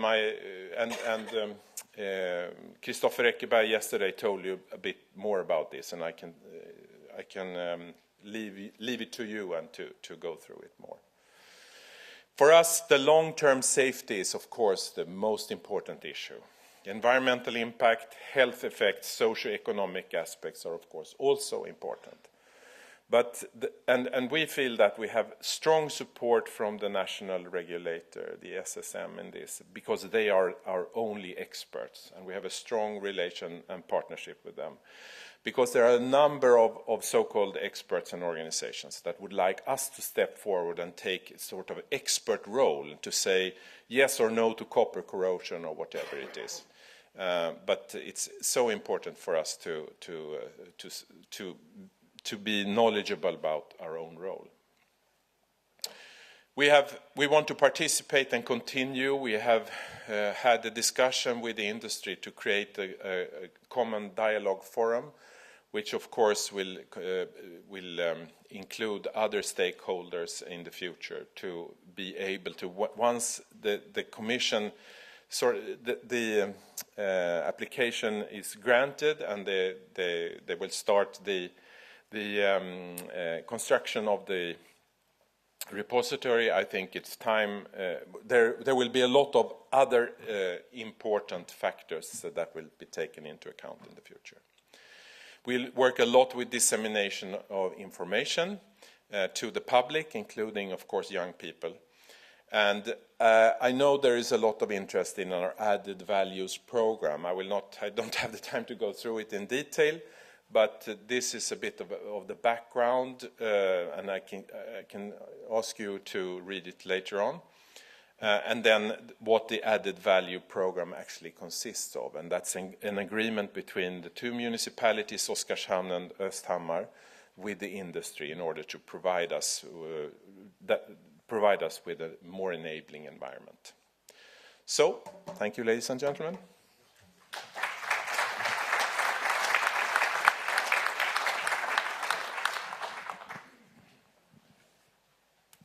Thank you all for those very interesting remarks. And actually, as you were all presenting, you all touched on a number of things that I was jotting down that I thought might be of interest for us to explore here. And you all have microphones, so feel free to jump in. I'm probably going to pose questions to a couple of you at a time so we get a dialogue going.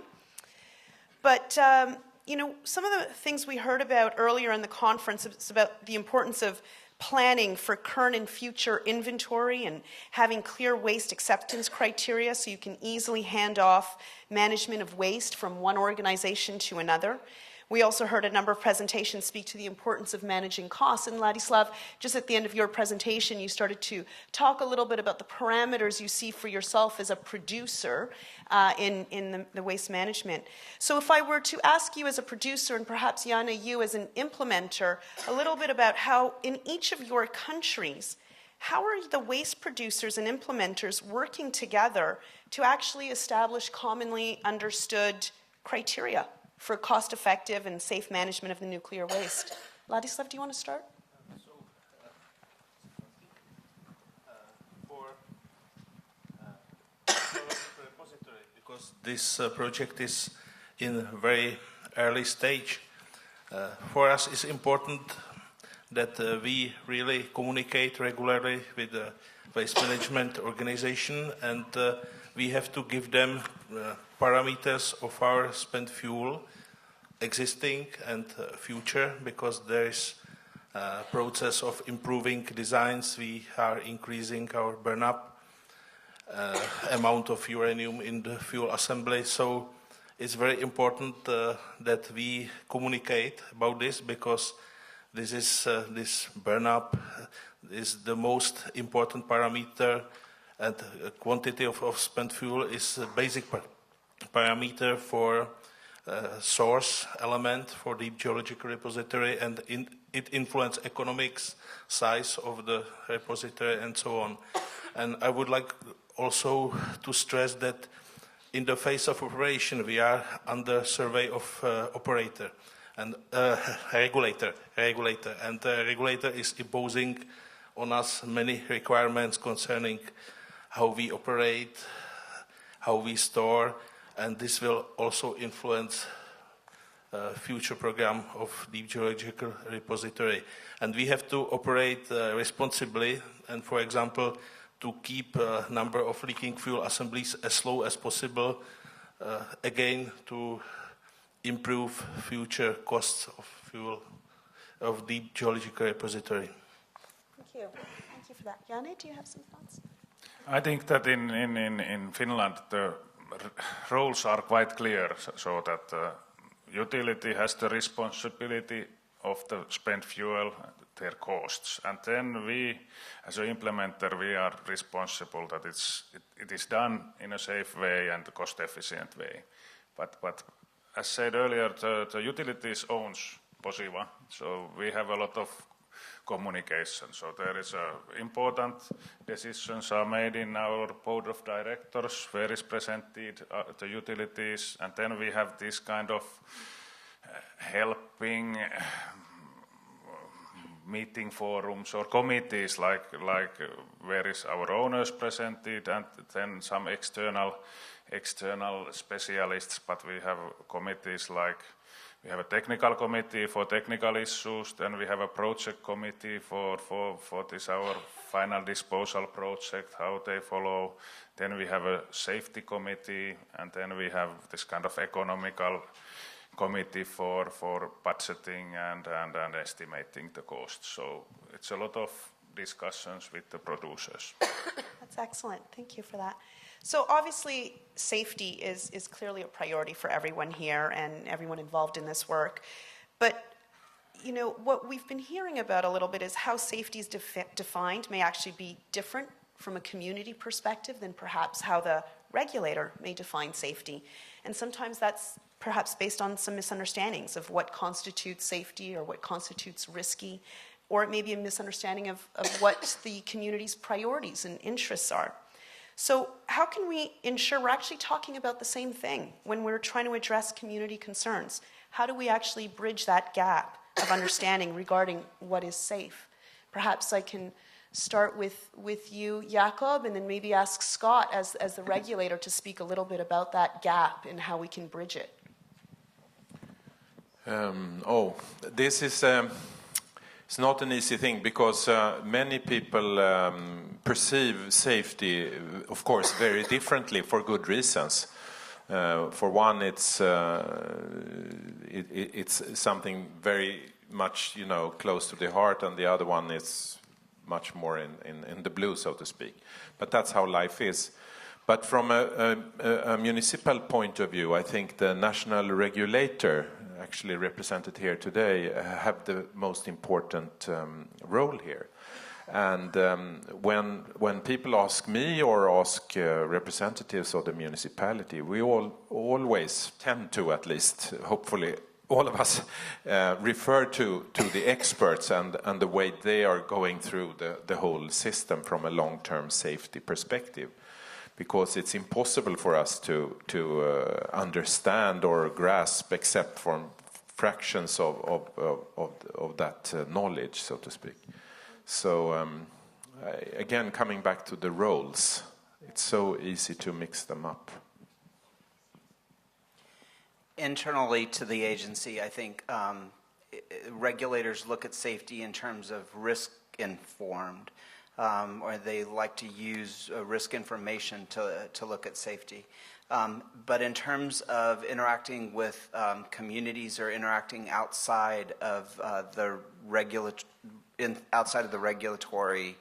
sphere, I think it's important that the regulator build trust with those communities. Because if you go in, as I mentioned in my talk, if you go into discussions of risk numbers and absolute risk, you quickly lose the audience. So it's important to have a transparent process, that it be open, that you seek input from the communities and from the public to build that process. I think that if you have built trust with the communities, then they'll be more willing to accept the regulator's position in some cases with regard to the risk itself and the more technical aspects of it. Another aspect that is, of course, very important is this short or medium-term safety or impact, environmental impact, and so on. And I think here the local politicians as well as the population has a more definitely, clearly defined role, because things like emissions and noise and what have you are, of course, also very important. And those are perceived today, not in 100,000 years. If others want to jump in on that, feel free. And actually, from my perspective in community engagement, safety can be chunked down as well. And what we're hearing at local meetings is, how is this material being transported? What is it enclosed in? What path is it taking? How many towns is it going through? Is it going through my town? And it's important to have those conversations, because the root of it all is trust. Absolutely. So I think you've actually just hit on something, as both you and Jakob then were speaking. You talked about trust and confidence, and Jakob, when you were presenting, there was a certain deference to authorities and authoritative groups that we don't always see in all societies. But trust and confidence in whether it's processes, safety, or oversight from a regulator is really critical, I think, as you've said, for a project moving forward. So maybe a few of you could speak to how that can be addressed. So maybe starting with the regulator, what elements do you have in place to actually build confidence in the oversight of systems and technologies or quality assurance procedures? And perhaps then, I can sort of open it up to, say, the implementer. Janne, how are you actually building trust in your organization? And how are you using perhaps maybe third parties as experts to validate some of the actions and activities you're doing? And then perhaps more locally, Jakob and Lisa could speak to what you're actually looking for in a relationship so that your trust and confidence is built up. So I mentioned transparency and openness. I think they're the bedrock in the relationships. We strive to be extremely transparent as a regulator. We'll put things on the web, we'll make things available, we try to be very, very responsive to the public, even more so than many other government agencies. We basically operate in the open as a regulator. And I think that's just the basic start of it. Then in many cases, we'll go out to the public and ask the public or other groups for their positions on things. The Commission will hold meetings. They'll invite intervener groups or members of the public to give their position at these Commission meetings. So I think it's important to invite the public in and ask for their positions. I think it's also important that we tell the public all the time where we are as an agency. So I think those are the bases, at least at the start, for trust. Sure. Janne, did you want to add something? I fully agree that openness is one of the key elements, that the documents are available, people can review our analysis, so it's from all around the world there is a specialist who can check what we have done and what is the basis of our design. But I think also it's very important to bring things up. We will cooperate for 150 years. For sure there will be challenging situations, and I think then it's very important that we right away take them up and then start to discuss with the regulator and also with the local municipalities that this is our plan, how we plan to solve this issue and so on. Otherwise, I think also these kind of seminars where we are, so international cooperation, I think that's one way to create the trust that people see what are done in the different countries and what kind of challenges they have, and also the international specialists. We have different working groups. For example, we have some committee to advise our safety case, so there is external members and we use the best knowledge available in the world. Jakob, you wanted to say a few words? I think building trust also has a from a local perspective, it also includes the fact that both in Eurajoki in Finland and in Bruce and in Östhammar, we are all nuclear communities. And I think we have to appreciate that there is a glass ceiling often in a nuclear, in any local society or local society or local setting, that people fear to discuss contagious and difficult issues. So we have tried to promote, also through funding, the work of local NGOs. And I know that also national NGOs, environmental NGOs, have been financed and funded through the Nuclear Waste Fund to work with, from their perspective, with the process, to participate in the process. Because if we do not do that and appreciate this fact, there will be a backlash towards the end. There will be several backlashes, but a bigger backlash towards the end of the process when the licensing is about to be done. So that is very important. Lisa, did you want to add to that? Thank you, Elena. Another thing that we spoke about earlier this morning was actually education as well. I believe it's in Finland. You were talking about actually speaking to students and embedding it into curriculum. And that stuck with me, actually, because as Jakob had mentioned, here in Bruce, you could consider us a nuclear community. But what about the rest of Ontario? And it got me thinking. Nuclear in Ontario provides at least 50% of our energy mix. You could call it a reliable, affordable baseload that we have to have. And we're accepting in our area, but what about the rest of Ontario? And we need to be thinking about how we educate our students, A, on our energy mix, and B, what does that mean in terms of being responsible? And that's where we need to start talking about energy literacy and understanding that if a significant portion of your energy mix is nuclear, and in Ontario, 40% of nuclear waste is actually stored above ground at Bruce Power, you start putting the puzzles together.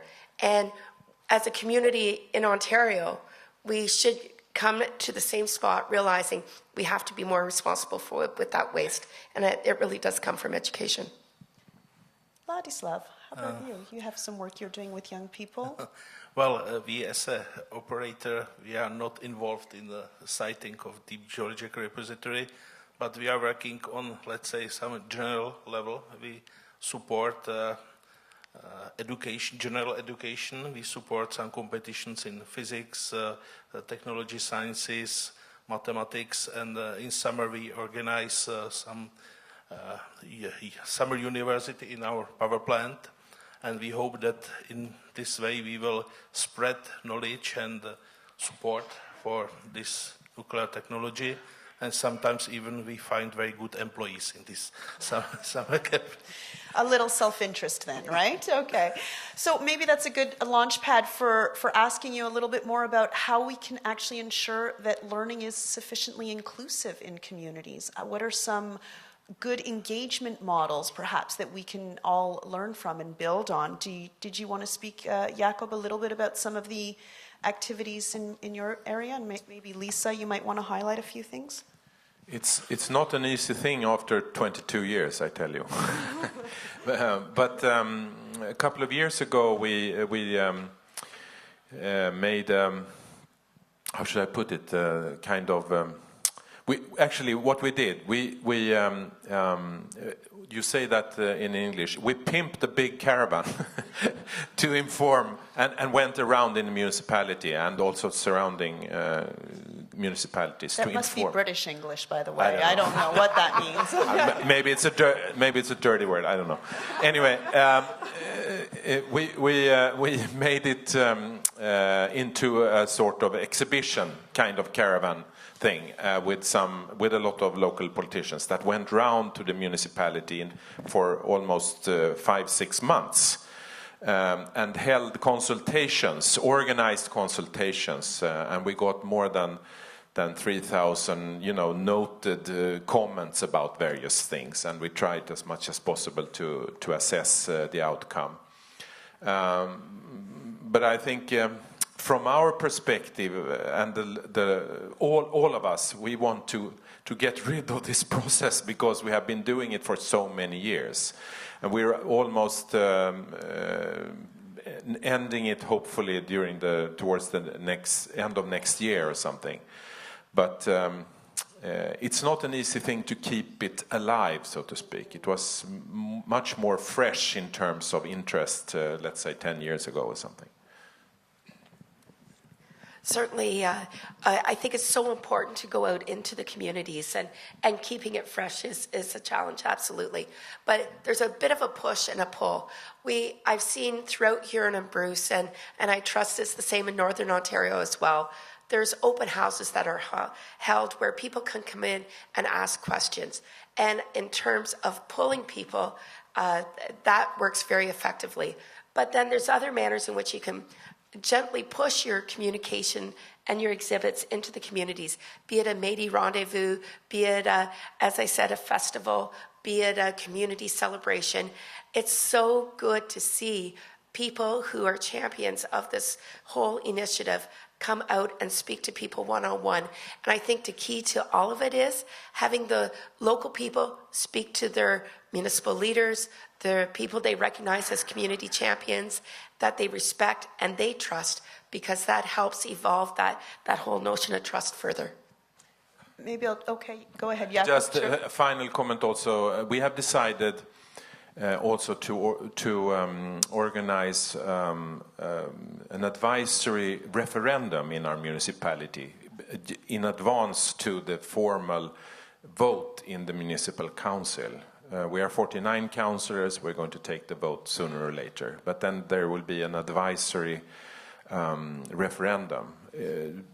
Personally, I'm not in favor of it, but I have realized that it's very important to set the agenda when it comes to this issue, because otherwise someone else will try to set the agenda for the referendum, and I don't want that personally. Very interesting. Maybe we'll just open this question up to both Scott and Janne, and then I will ask my last question. So in terms of how do we make that engagement process a little more inclusive, I don't know, Scott, if you wanted to add a few words to this?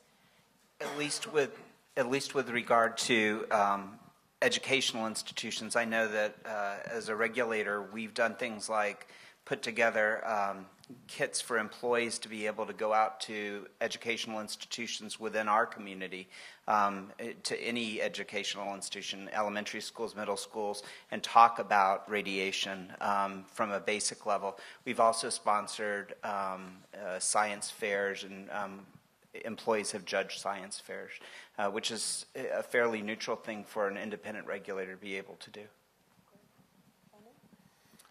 I think what we are doing, I said earlier, we can provide information. So we have a common visitor center with the TVO to utility in Olkiluoto, and there visits about 20,000, 30,000 visitors. It means also that it's very popular for the local schools to have their school trip during the spring in there.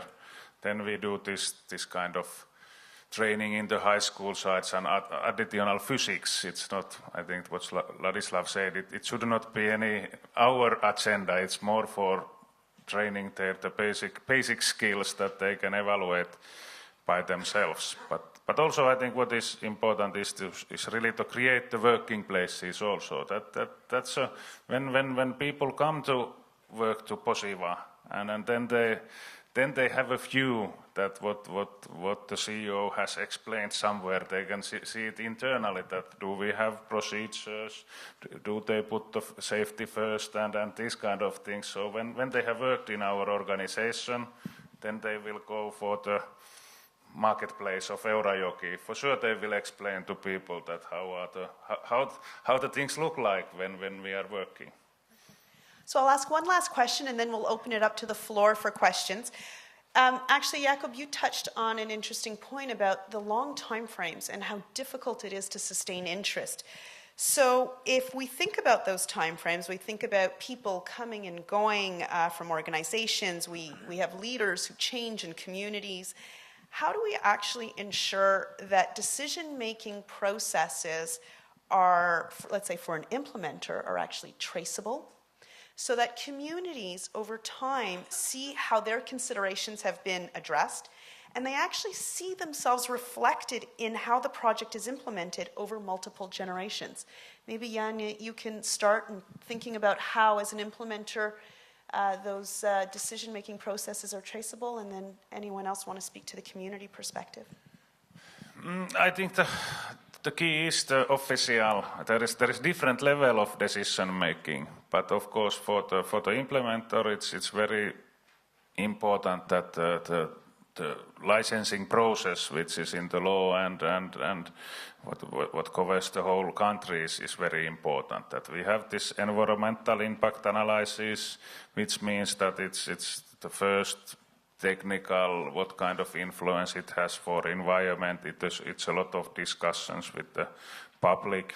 Then the next one is decision in principle. When the location is in Finland, it decided that it's in Eurajoki, and then the municipality had the veto right. It is in Finnish law that the local municipality can say in decision in principle phase that no, we don't want it, and then also it is voted. Normally the big licenses are decided by the government, but this decision in principle is voted in the parliament, that do they agree with the government. So then it's a big political decision in decision in principle phase.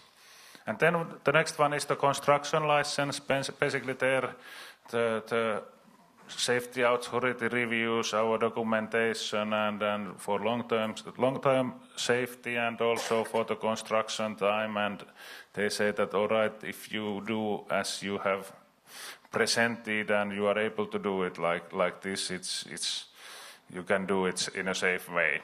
And then the last one what we are heading is the operational license. So of course then it's again new, more safety related, that have we done as we promised in the construction license, and also are our all procedures ready for the operational phase, because then it's a totally different time when you start to handle the fuel elements compared to construction time. So I would say that it's very important that this official licensing process is clear and there is clear decisions. So you're speaking to institutional memory through laws and official decisions by leaders, which I think is very interesting. Jakob, did you want to add to that? I think from the local perspective of Sweden at least, we have a council with 49 councillors. Spoke to one of the Canadian colleagues yesterday. You have a different system at local level, but we are 49 councillors and a strictly proportional election system. So we are 10 parties. Imagine, the two biggest parties have formed a majority, but still, when it comes to reviewing the various aspects of the implementation process, and we make a lot of statements and so on, we have been able to create consensus. So it's no party politics in this, and that is very important. I think that is not a guarantee, but it might be easier for the future, so to speak, to hold on to that. And also the issue to involve as many as possible and to have the process as open as possible. I think those are the only things. Wonderful. Thank you so much for your comments, Fabrice. I don't know if we want to open the floor now to questions from the audience. Yeah, of course, thank you. If you have any question, it's time to raise your hands. I already have a few cards. If you want to give others, don't hesitate, of course. So one of the questions, you must have answered more or less to all of them I have, because you had a long discussion, but some want to stress a few points. Two of the projects, both projects from Finland and Sweden, are located under already nuclearized sites. We can say that it was easier for acceptance. But for other countries, how were managed the specific information challenges? This was also the case in France, where it looks well managed from what we learned yesterday, said the card. So who wants to answer to these questions? From the US, perhaps, or maybe in your country? So concerning Czech Republic reality, definitely I can confirm that to develop new project in area which is already under some nuclear experience, it's a lot easier. And maybe because there is currently really strong opposition in identified sites, one way is to, let's say, if there is a suitable geological environment, then maybe it can be realistic to develop repository in an area which has support because it has this past experience with nuclear, and we can easier get support there. Mm-hmm. The role in the United States is very complex. There's actually a law that requires Yucca Mountain to be the site for our repository. At the same time, the Department of Energy is going through a consensus-based process looking at siting. And so, the Blue Ribbon panel that came out with its report a couple of years ago or a few years ago recommended consensus-based siting process. So it's current process. Pardon me? The process is current now. You're leading the process now to have this The Department consensus. of Energy is going forward with a consensus-based process. And you think that political changes could help change the situation about Yucca I Mountain? wouldn't even guess on that. Okay, no opinion about that. Right. Do you have any question? Yeah. I'm Eric Knox. I'm from the U.S., and I was former Associate Director of Yucca Mountain. And I want to address Scott's comments because they're absolutely true.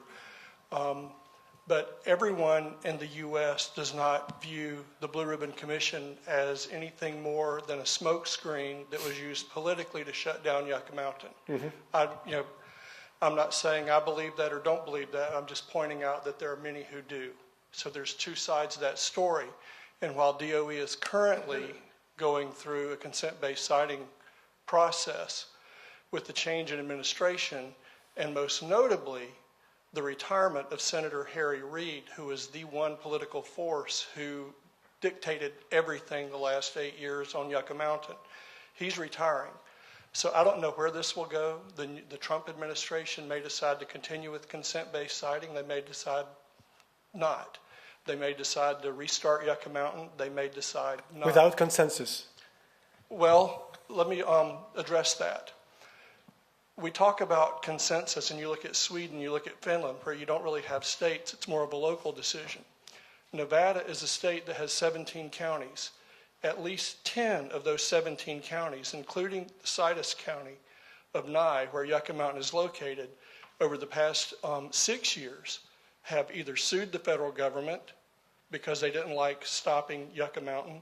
They've passed resolutions. They've written letters of support. So at least 10 of those 17 counties support Yucca Mountain. Mm-hmm. So I don't know if that's local consensus or not, but that's the fact. Mm-hmm.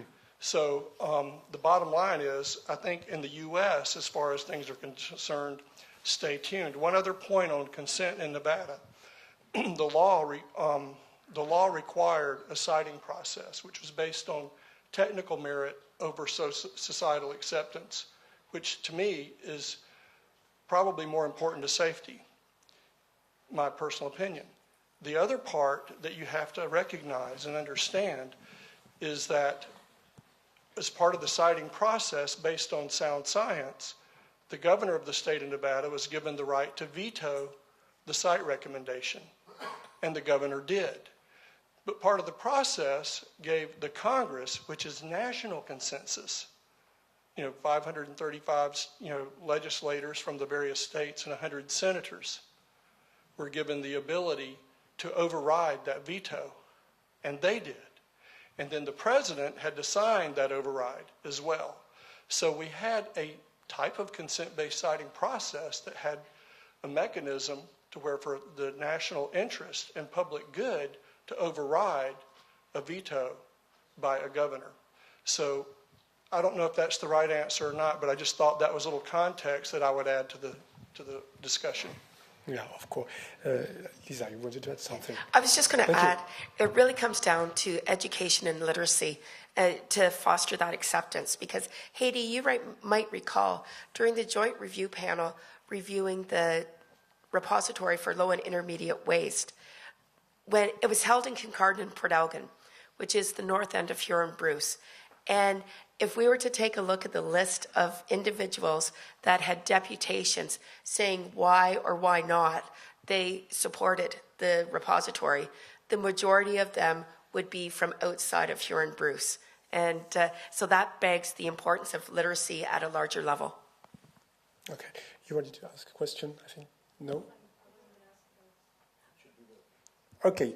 So I believe somebody wanted Margaret to say something, to add something. Hi, this is Joanne. Joanne. I'd like to just make a comment into this conversation about, is it easier to cite a repository in a nuclear community? So I think that one of the things that we're learning over time is that some kind of learning, some kind of partnership is going to be needed with whoever hosts this facility.